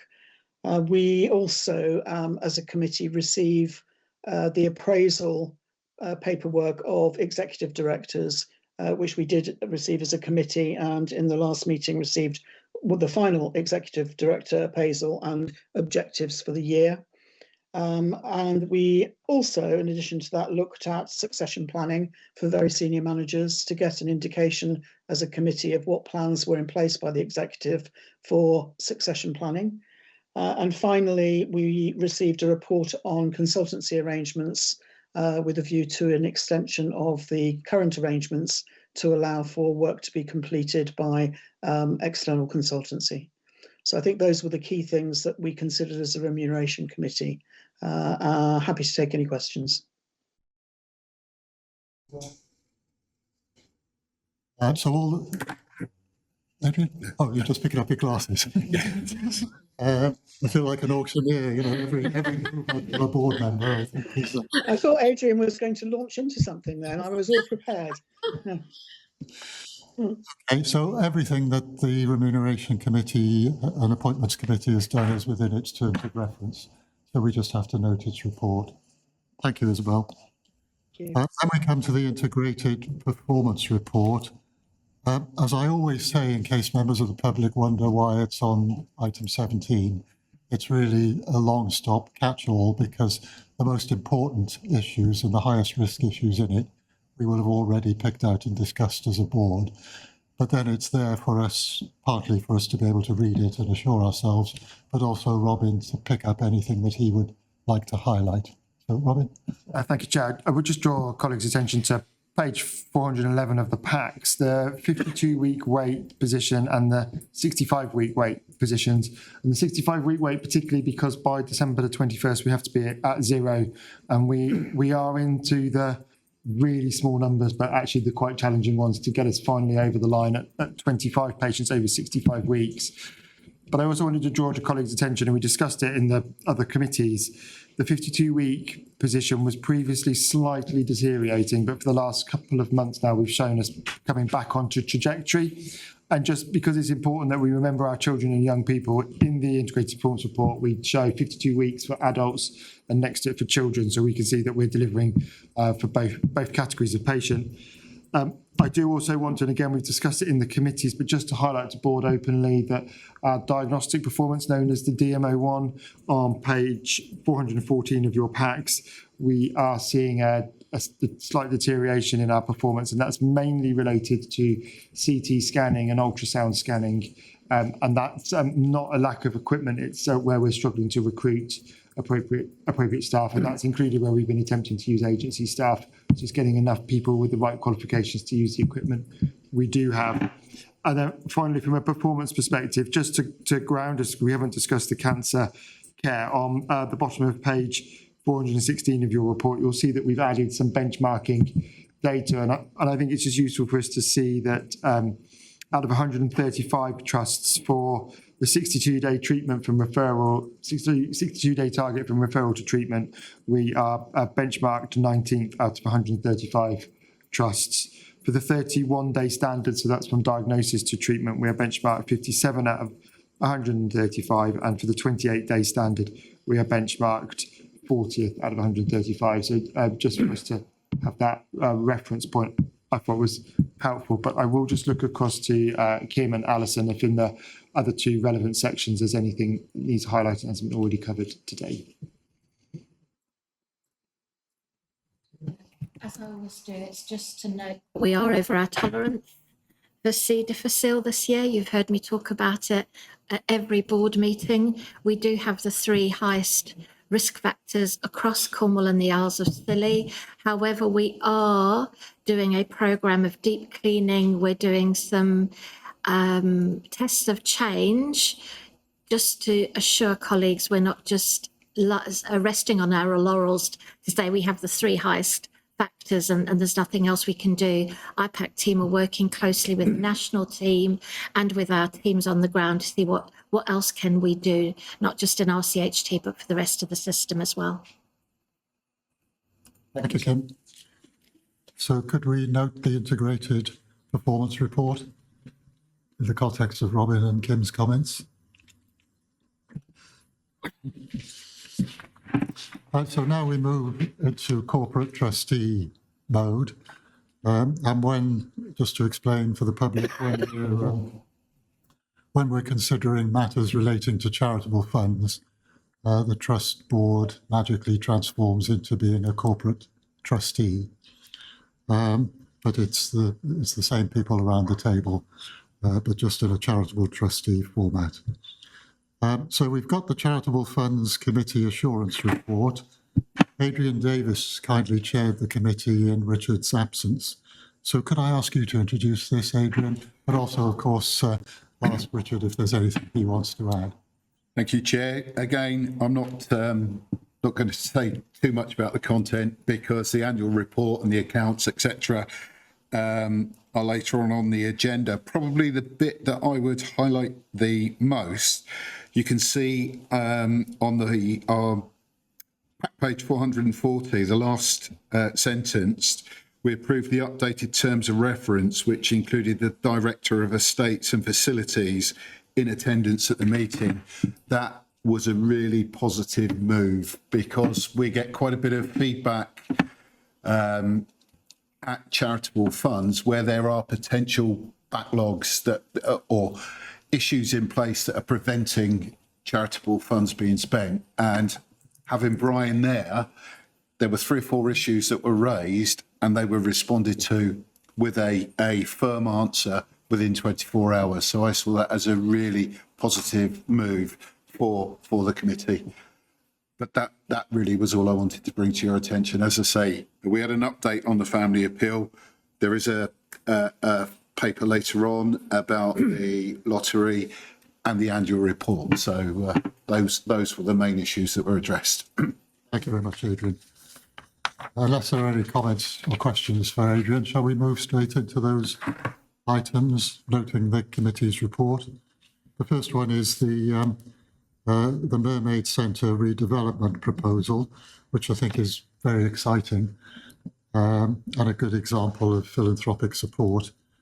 Could I invite Alison, who is the charity executive lead, to introduce this, please? Thank you, Chair. So this paper presents a proposal for the refurbishment and reconfiguration of the Mermaid Centre waiting room and the courtyard garden. The project aims to enhance patient experience by creating a calm and a welcoming and a functional environment. And this is completely in line with the charity's strategic objective to improve patient-facing environments, as well as maximising the impact from a charitable funding perspective. The project aims to achieve redesign of the entrance foyer, enhanced seating. It's particularly going to be configured from a nature perspective, and that will then continue in terms of the design elements in the consulting rooms, and also the inclusion of living skies ceiling tiles. We're also involving a local artist, which is lovely, Chelsea Holter, to provide some of the artwork. We've been working in partnership with the Duchy charity over an extended period of time now, and therefore hence the recommendations in terms of approving the total cost of 599,000, which requires the additional funding of 90,000 from the charity. I'm rounding up. Ian will probably slap my wrist in a minute for rounding up, as well as the total contribution being 281,000. Last week at the board meeting from the Duchy Health Charity, they approved an additional contribution from the Duchy Health to fund this overall project of 318,000. Thank you. Thank you very much, Alison. I'm sure we're really grateful to the Duchy Health Charity for that magnificent contribution, which is around half the cost. I don't know if Ian has got any other comments on this. No, just to echo the thanks to the Duchy Health Charity for supporting this. It's been quite a long time in the making, and their passion for it through their trustees has been really important. It was very well supported at their extraordinary board meeting that I attended. So yeah, it's nice to get this one to this point actually. Any other comments? I imagine this would be fully supported by the board. So unless there are any further comments or questions, can we as corporate trustee approve, following support from the Charitable Funds Committee, the Mermaid Waiting Room and Courtyard Garden refurbishment project at a total cost of £599,153, and approve the further funding from the RCHT charity in addition to the MDT room works, which was previously approved, taking the total contribution up to £280,543. And then, if you're still with me, thank the Duchy Health Charity for their further contribution of £318,610 towards the total cost of nearly 600,000. We have to, as the trustee, approve all of those, if we could, please. Thank you very much. And I think we should record our thanks and perhaps correspond with the Duchy and keep them posted of developments. Yes, with for our decision today. Forward to meeting them at the opening. Thank you very much for that. Then we've got the Charitable Funds Annual Report and Accounts for 2024-25, which you've got in the pack. And the Charitable Funds Committee received the annual reports and accounts at their meeting on the 23rd of October and has recommended them for approval to the corporate trustee. Ian, anything to say? Yeah, just very briefly, Chair, as you said, they were well discussed, but I'm conscious some board members as a corporate trustee, ones have been at that. So just in terms of highlights, the accounts and the annual report have been prepared. They're required to be submitted to the Charities Commission by the end of January. This is coming slightly earlier because we've been able to bring the closure of the accounts and the audit work forward this year, which has been really positive. The audit of the accounts was a full audit in line with best practice, and that was an unqualified opinion with one minor change that's noted in the documents. So thanks to Bishop Fleming, who are our external audit partner, but also to the finance team and the charities teams for all their work pulling these together and getting such a comprehensive report. The headlines from a charity perspective are really positive. The charity continues to go from strength to strength. So financially, 2.8 million of income this year. That was significantly up on previous years, boosted by a generous £1 million donation from the Elwyn Thomas Memorial Fund for the place to stay, which we've subsequently progressed in terms of the purchase of a property.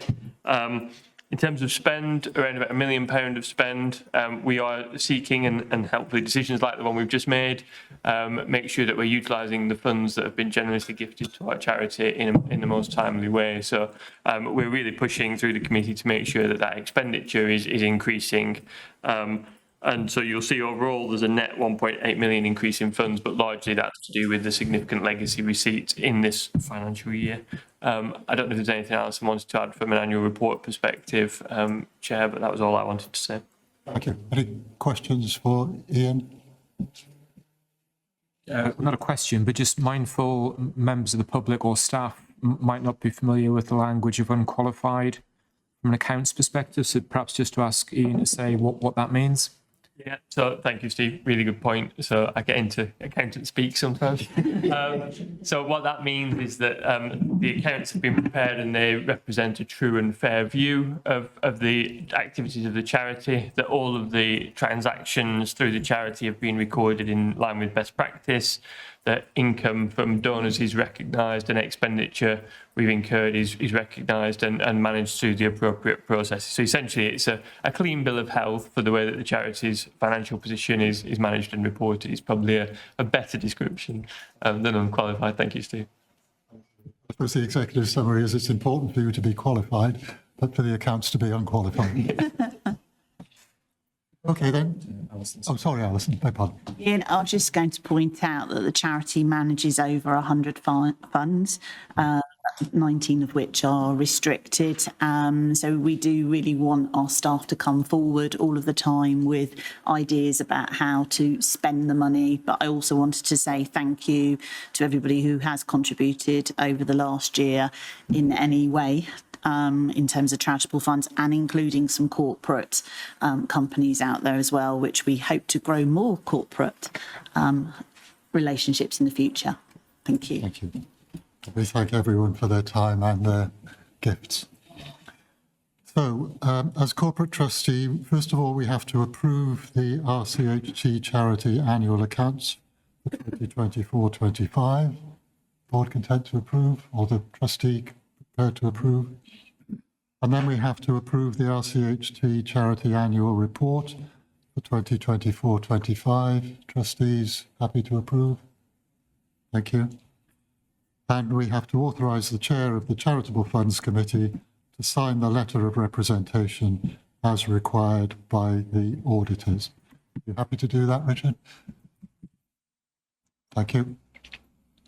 And then just to note that these accounts are required to be published on the Charity Commission's website in due course. Is the corporate trustee content with all those actions? Thank you very much. So we now revert back to being the trust board. And section C is matters of report. Sorry, you've got a question from Richard. Oh, I beg your pardon, Richard. I'm sorry. You know, it's not a question. I just need to thank Adrian for chairing the board in my absence. So huge thank you to him, and thank you to Alison and Karen, the team, for their work in liaising with the Duchy charity. It's been a long time process, and they've done the stewardship exceptionally well. So thank you. And lastly, it's worth reading the annual report because you can really see the impact of our work and how important the contribution is of the charitable funds work. And it might be useful for a future board meeting to look at the work of the Charitable Funds Committee if we can find time, because I think it hasn't had that sufficient airing out to board for a while. So it'd be good to do that. Thank you. Very happy to do that, Richard, whenever you're ready. And I agree with you, it's a really good report. It's some great photos. And thank you for all your work chairing it. Okay, so now I think we can come on to section C, which lies on the table, matters of report. The only thing to mention is I must apologise that the Research and Development Annual Report wasn't actually attached to the agenda pack, so or at least not to mine and Adam's. So with your permission, we'll bring that to the next public. So that then takes us on then to section D, because nobody's asked for anything to be removed from section C. First of all, item 24, the summary consideration of risk, which is risks that have arisen as a result of our discussions today. Lindsay, is there anything you would like to raise? Yes, thank you. Welcome colleagues' comments also. I think we need to reflect with the BMA resident doctor industrial action, something, Ian, I think we should reflect within our board assurance framework and the risks associated with that and the mitigations that we're taking. We've talked a lot around ED pressures, use of escalation spaces in ward areas. I think probably we need to reflect that within board assurance framework 1 with regards to quality of care and provision.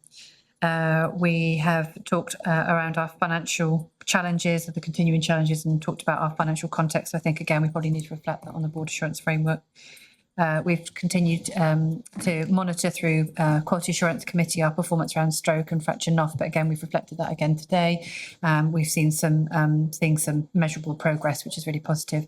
So we'll ensure that's reflected on BAF element 1.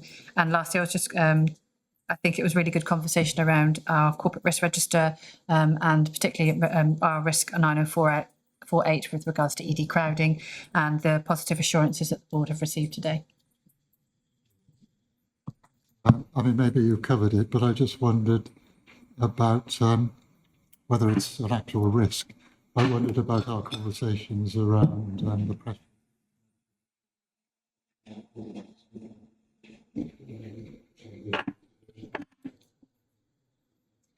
In the context of Steve's strong statement of support for that.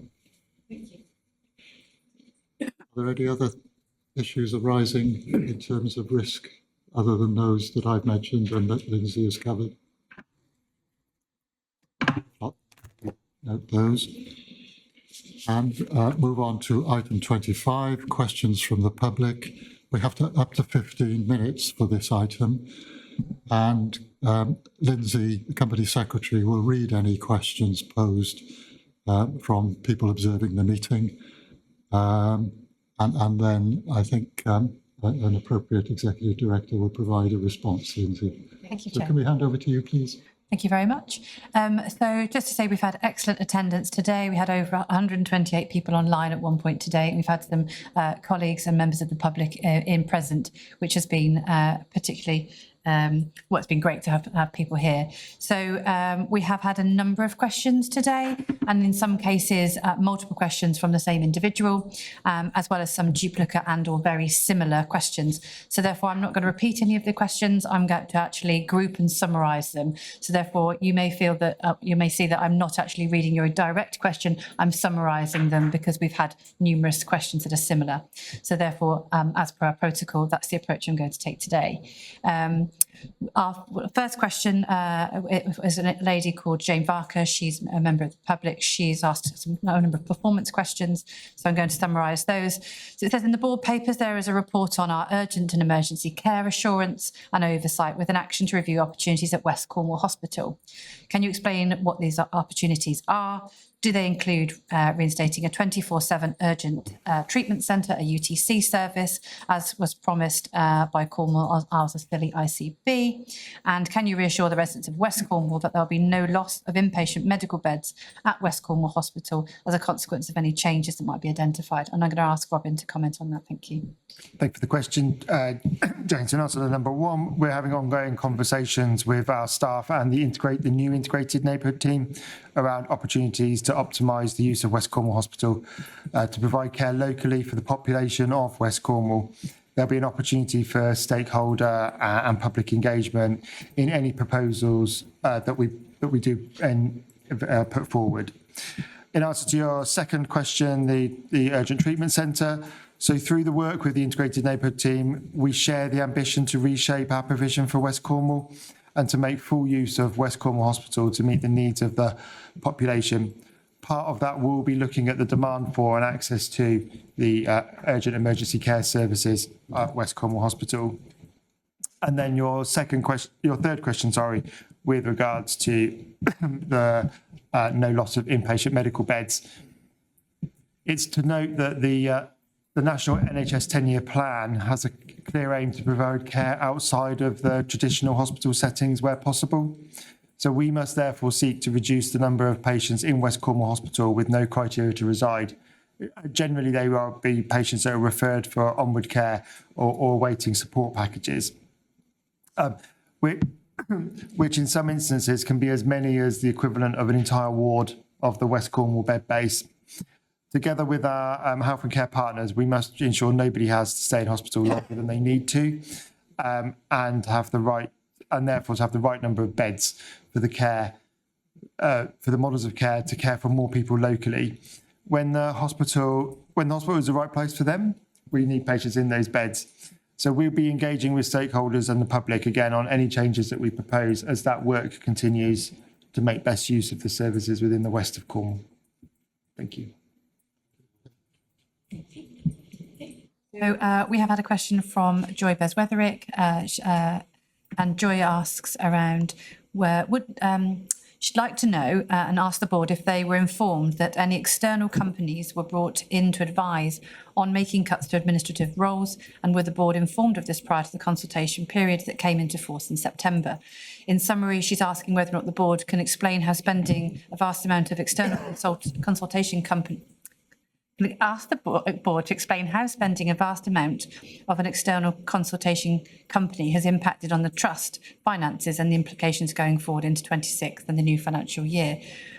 Before I invite Ian to comment, we've also had a number of other questions from members of the public and staff and colleagues present today regarding this external company, which will be answered in the question and the response that Ian will provide, as well as colleagues for your attention that concerns were also raised with regards to an external company that had been contracted to deliver the assessment centres.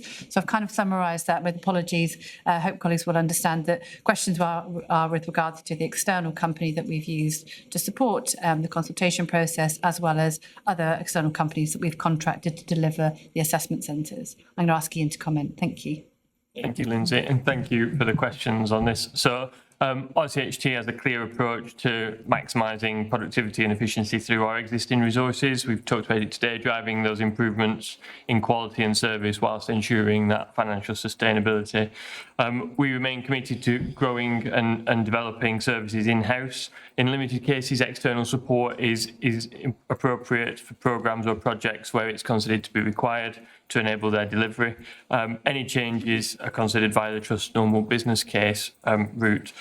Specifically around the appointment of Kingsgate and the board awareness, that was approved by the RCHT board in February of this year to accelerate delivery of our 25-26 operational plan and the scale of savings that were required to meet our largest ever cost improvement target of 49.3 million. The cost of that engagement represents about 0.8% of the total savings that we were seeking to achieve, and is partly what has driven us to the position we reported earlier and I reported earlier in terms of being on plan at the half-year stage. Approval for that consultancy support was received from Cornwall and Isles of Scilly Integrated Care Board and from NHS England in accordance with the process for consultancy expenditure over £50,000, and I can confirm the cost of it is being met by RCHT overall. In terms of moving forward, the Trust has developed an updated financial sustainability programme, which is on our private board agenda this afternoon. This programme will take the learning from the external support that we've had this year, along with the national best practice to remove the need for external support into 25-26, so beyond the end of 31st of March 26. And then on the last point around the assessment centres, so this is in relation to the assessment centres for the consultation. So procurement for the assessment centres was conducted through a comprehensive, transparent national NHS procurement framework, so one of the national frameworks that exist. As part of this, DID and HR, who were confirmed as the preferred supplier from that, were required to confirm through a normal procurement process that they'd had no prior involvement with the consultations which could present a conflict or give the company a competitive advantage. our procurement team sought and received that confirmation of independence from them. The assessment centres, to be clear, are being led by the people in OD team with the specialist expertise of DID and HR supplementing that in-house delivery. Kingsgate had no involvement in the approval of the contract specification and the selection process. Brilliant. So we had 3 questions raised by Martin Seaborn, and I'm going to summarise Martin's 3 questions. Are more cuts planned for next year? We heard rumours of another 40 million on top of the 49 million already achieved this year, well, required this year, which was on top of a 30 million already put in place. Please can you confirm whether more cuts are planned or being discussed for next year, and give an estimate of what that size is? Martin asked, do we believe programmes of mass privatisation or the shutting down of entire wards, departments or services or types of treatments will be made necessary by these cuts? And do we think the board, the trust will be able to continue to provide adequate healthcare? And lastly, with unprecedented and devastating cuts being made to hospitals' budget, what conversations have we had throughout the NHS and with government with regards to these plans? And to ask Ian to answer those questions. Thank you. So yeah, we'll try and capture those, as we said, in a collective. So as I've just said, improving our productivity and efficiency is a key part of what we need to do, and that will always be a requirement for our hospitals. And we touched on that earlier in the meeting, so hopefully that gave some context as well. We have a responsibility to ensure we're providing the best care and best value for taxpayers' money. The National 10-year plan sets a clear ambition to deliver invest in care close to people and in people's own homes. And it's well recognised that prolonged and unnecessary stays in hospital have detrimental effects on patient outcomes. So the ability to maintain independence and improve long-term outcomes is key to that. So our hospitals are going to need to shift as part of that to developing neighbourhood care as that evolves, so we can become a provider of what should be the most specialist and complex elements of patients' care.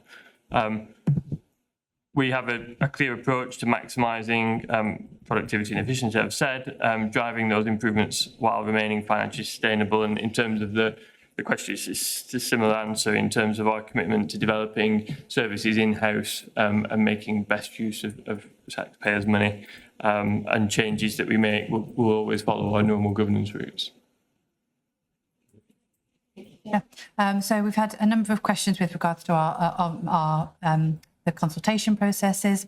Cheryl Locke and Joel Butcher have raised a couple of questions, and then there was some raised from the room here. So I'm going to summarise them if possible.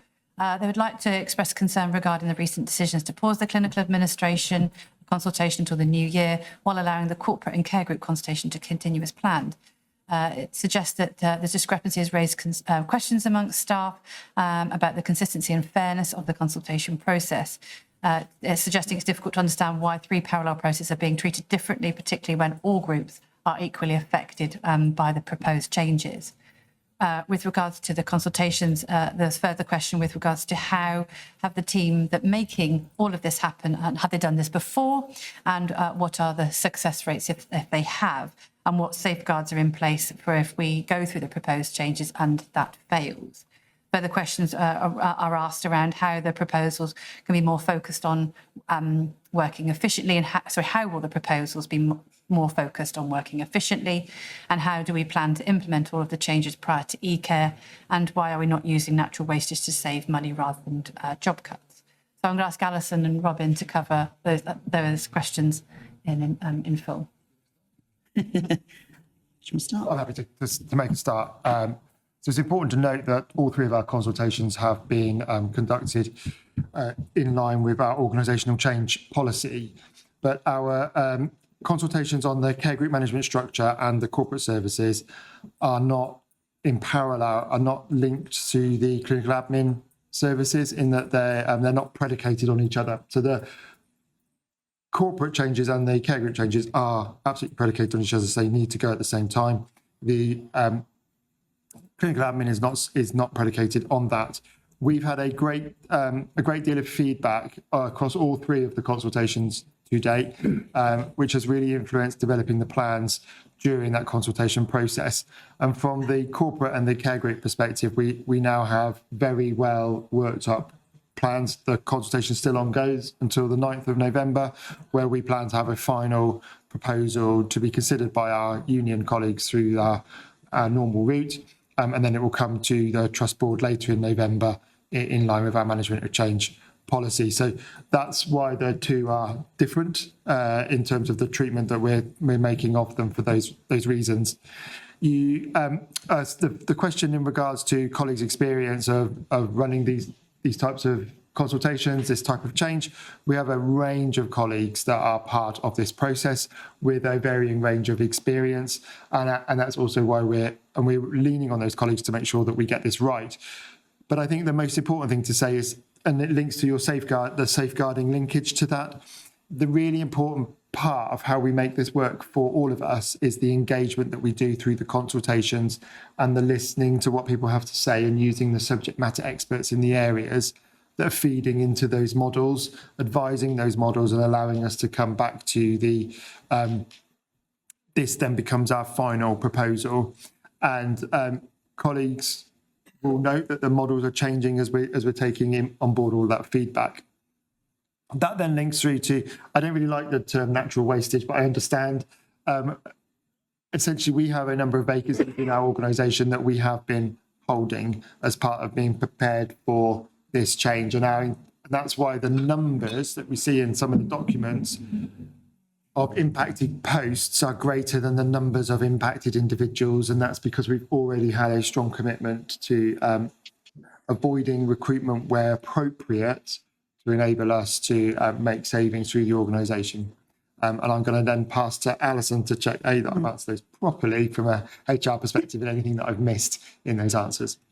No, I think you've covered most points. I suppose the only thing I would add is we already have, in terms of our business as usual processes built into our joint consultative and negotiating committee, where proposals for organisational come on a regular basis. So the organisation, RCHT as a whole, has a very strong track record in doing change a lot of the time. However, I think what is different at the moment is that we've got 3 very large scale transformations and change going on, involving a lot of staff all at the same time, given the scale of the financial challenge that we've talked about earlier in the board meeting today.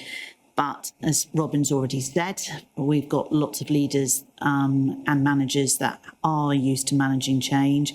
Equally, we know there will be a lot of people that are managing the change, but also personally affected. And, and that is difficult from a wellbeing perspective. And we're trying to put all the processes we can in place to support everybody through these large changes. Alison.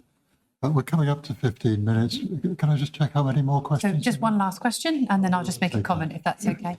We had a question with regards to digital, so I've asked Kelvin to respond.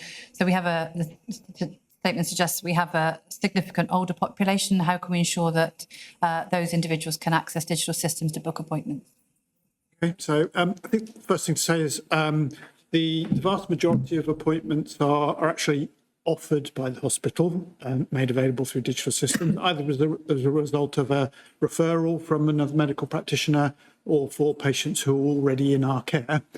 And if you've signed up for our patient portal, then you can receive those appointments electronically and make changes to them. And the portal itself is already integrated with the NHS app. So you've basically got the choice of 2 different digital ways to manage those appointments once you've got them. The way that we make sure that it's available to as many people as possible is particularly for our outpatient appointments. People are offered the opportunity to sign up for the portal. And that's where the reference in the Green Plan actually to the very high take-up rates for joining the portal. It's in excess of 80% actually take that opportunity to sign up. It's a really simple sign-up process. The key thing around that is if you decide you don't want to use the portal or you don't engage with the digital methods, you still receive a printed appointment. So we're not disadvantaging people. Digital is an active choice for them, and an opportunity to make things simple, but there are still the traditional ways of managing those appointments. And then probably the last point, actually 2 points. We do actually collaborate with Cornwall Council on digital inclusion.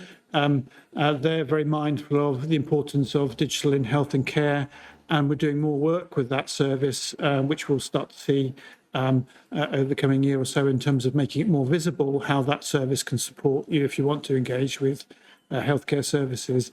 They also work with a number of charities who do some of this work actually in communities to support people to engage with technology. The last point is obviously in the 10-year plan, the government aspiration is for the NHS app really to become the default digital tool for people to use. And obviously we'll be engaging with that programme.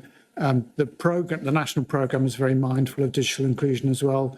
So we'll make sure we use every opportunity to make it as accessible as possible. Thank you, Chair. So just in conclusion, we have had a range of questions and comments with regard to the clinical admin review from colleagues and members of the public. So I just want to thank you, and they will be fed into the ongoing engagement discussions that we have. Thank you, Chair. Thank you very much. And thank you to everybody who contributed a question. We really do welcome your questions. If we could move on then to item 26, the meeting effectiveness evaluation. Have any board members got any comments on what you thought worked well or what didn't work so well or anything we could do better? Ian? My only reflection would be on the board story. If it's possible sometimes to have colleagues in the room with us, if they're able to, I think it just might make it a bit more personal. I appreciate colleagues have got clinical operational commitments as well. But if that opportunity exists, I personally certainly welcome them joining us in the room and us being able to see them. We do try where possible. Yeah, it's because everyone's so far flung. But I think for the next board story where they're planning to be on site, so we try and get that blend in, because I agree having them in the room's great, but sometimes not always possible. Thank you. Any other points? Robin? I think we're doing better after Richard's fair challenge of us. I think it was in private board last time, at weaving through the impact on colleagues of some of the pressures that we have, and they're shining through in the papers a bit more, which I think is helpful for us to make sure we've got that focus. Checking the screen to see if there's any comments. So if there aren't any further comments, the next public board meeting will be on the 8th of January 2026. And we're going to reconvene for our private board discussion at 2 o'clock. So with thanks for your attendance and attention, I can now declare the public board meeting or the board meeting in public closed. Thank you very much.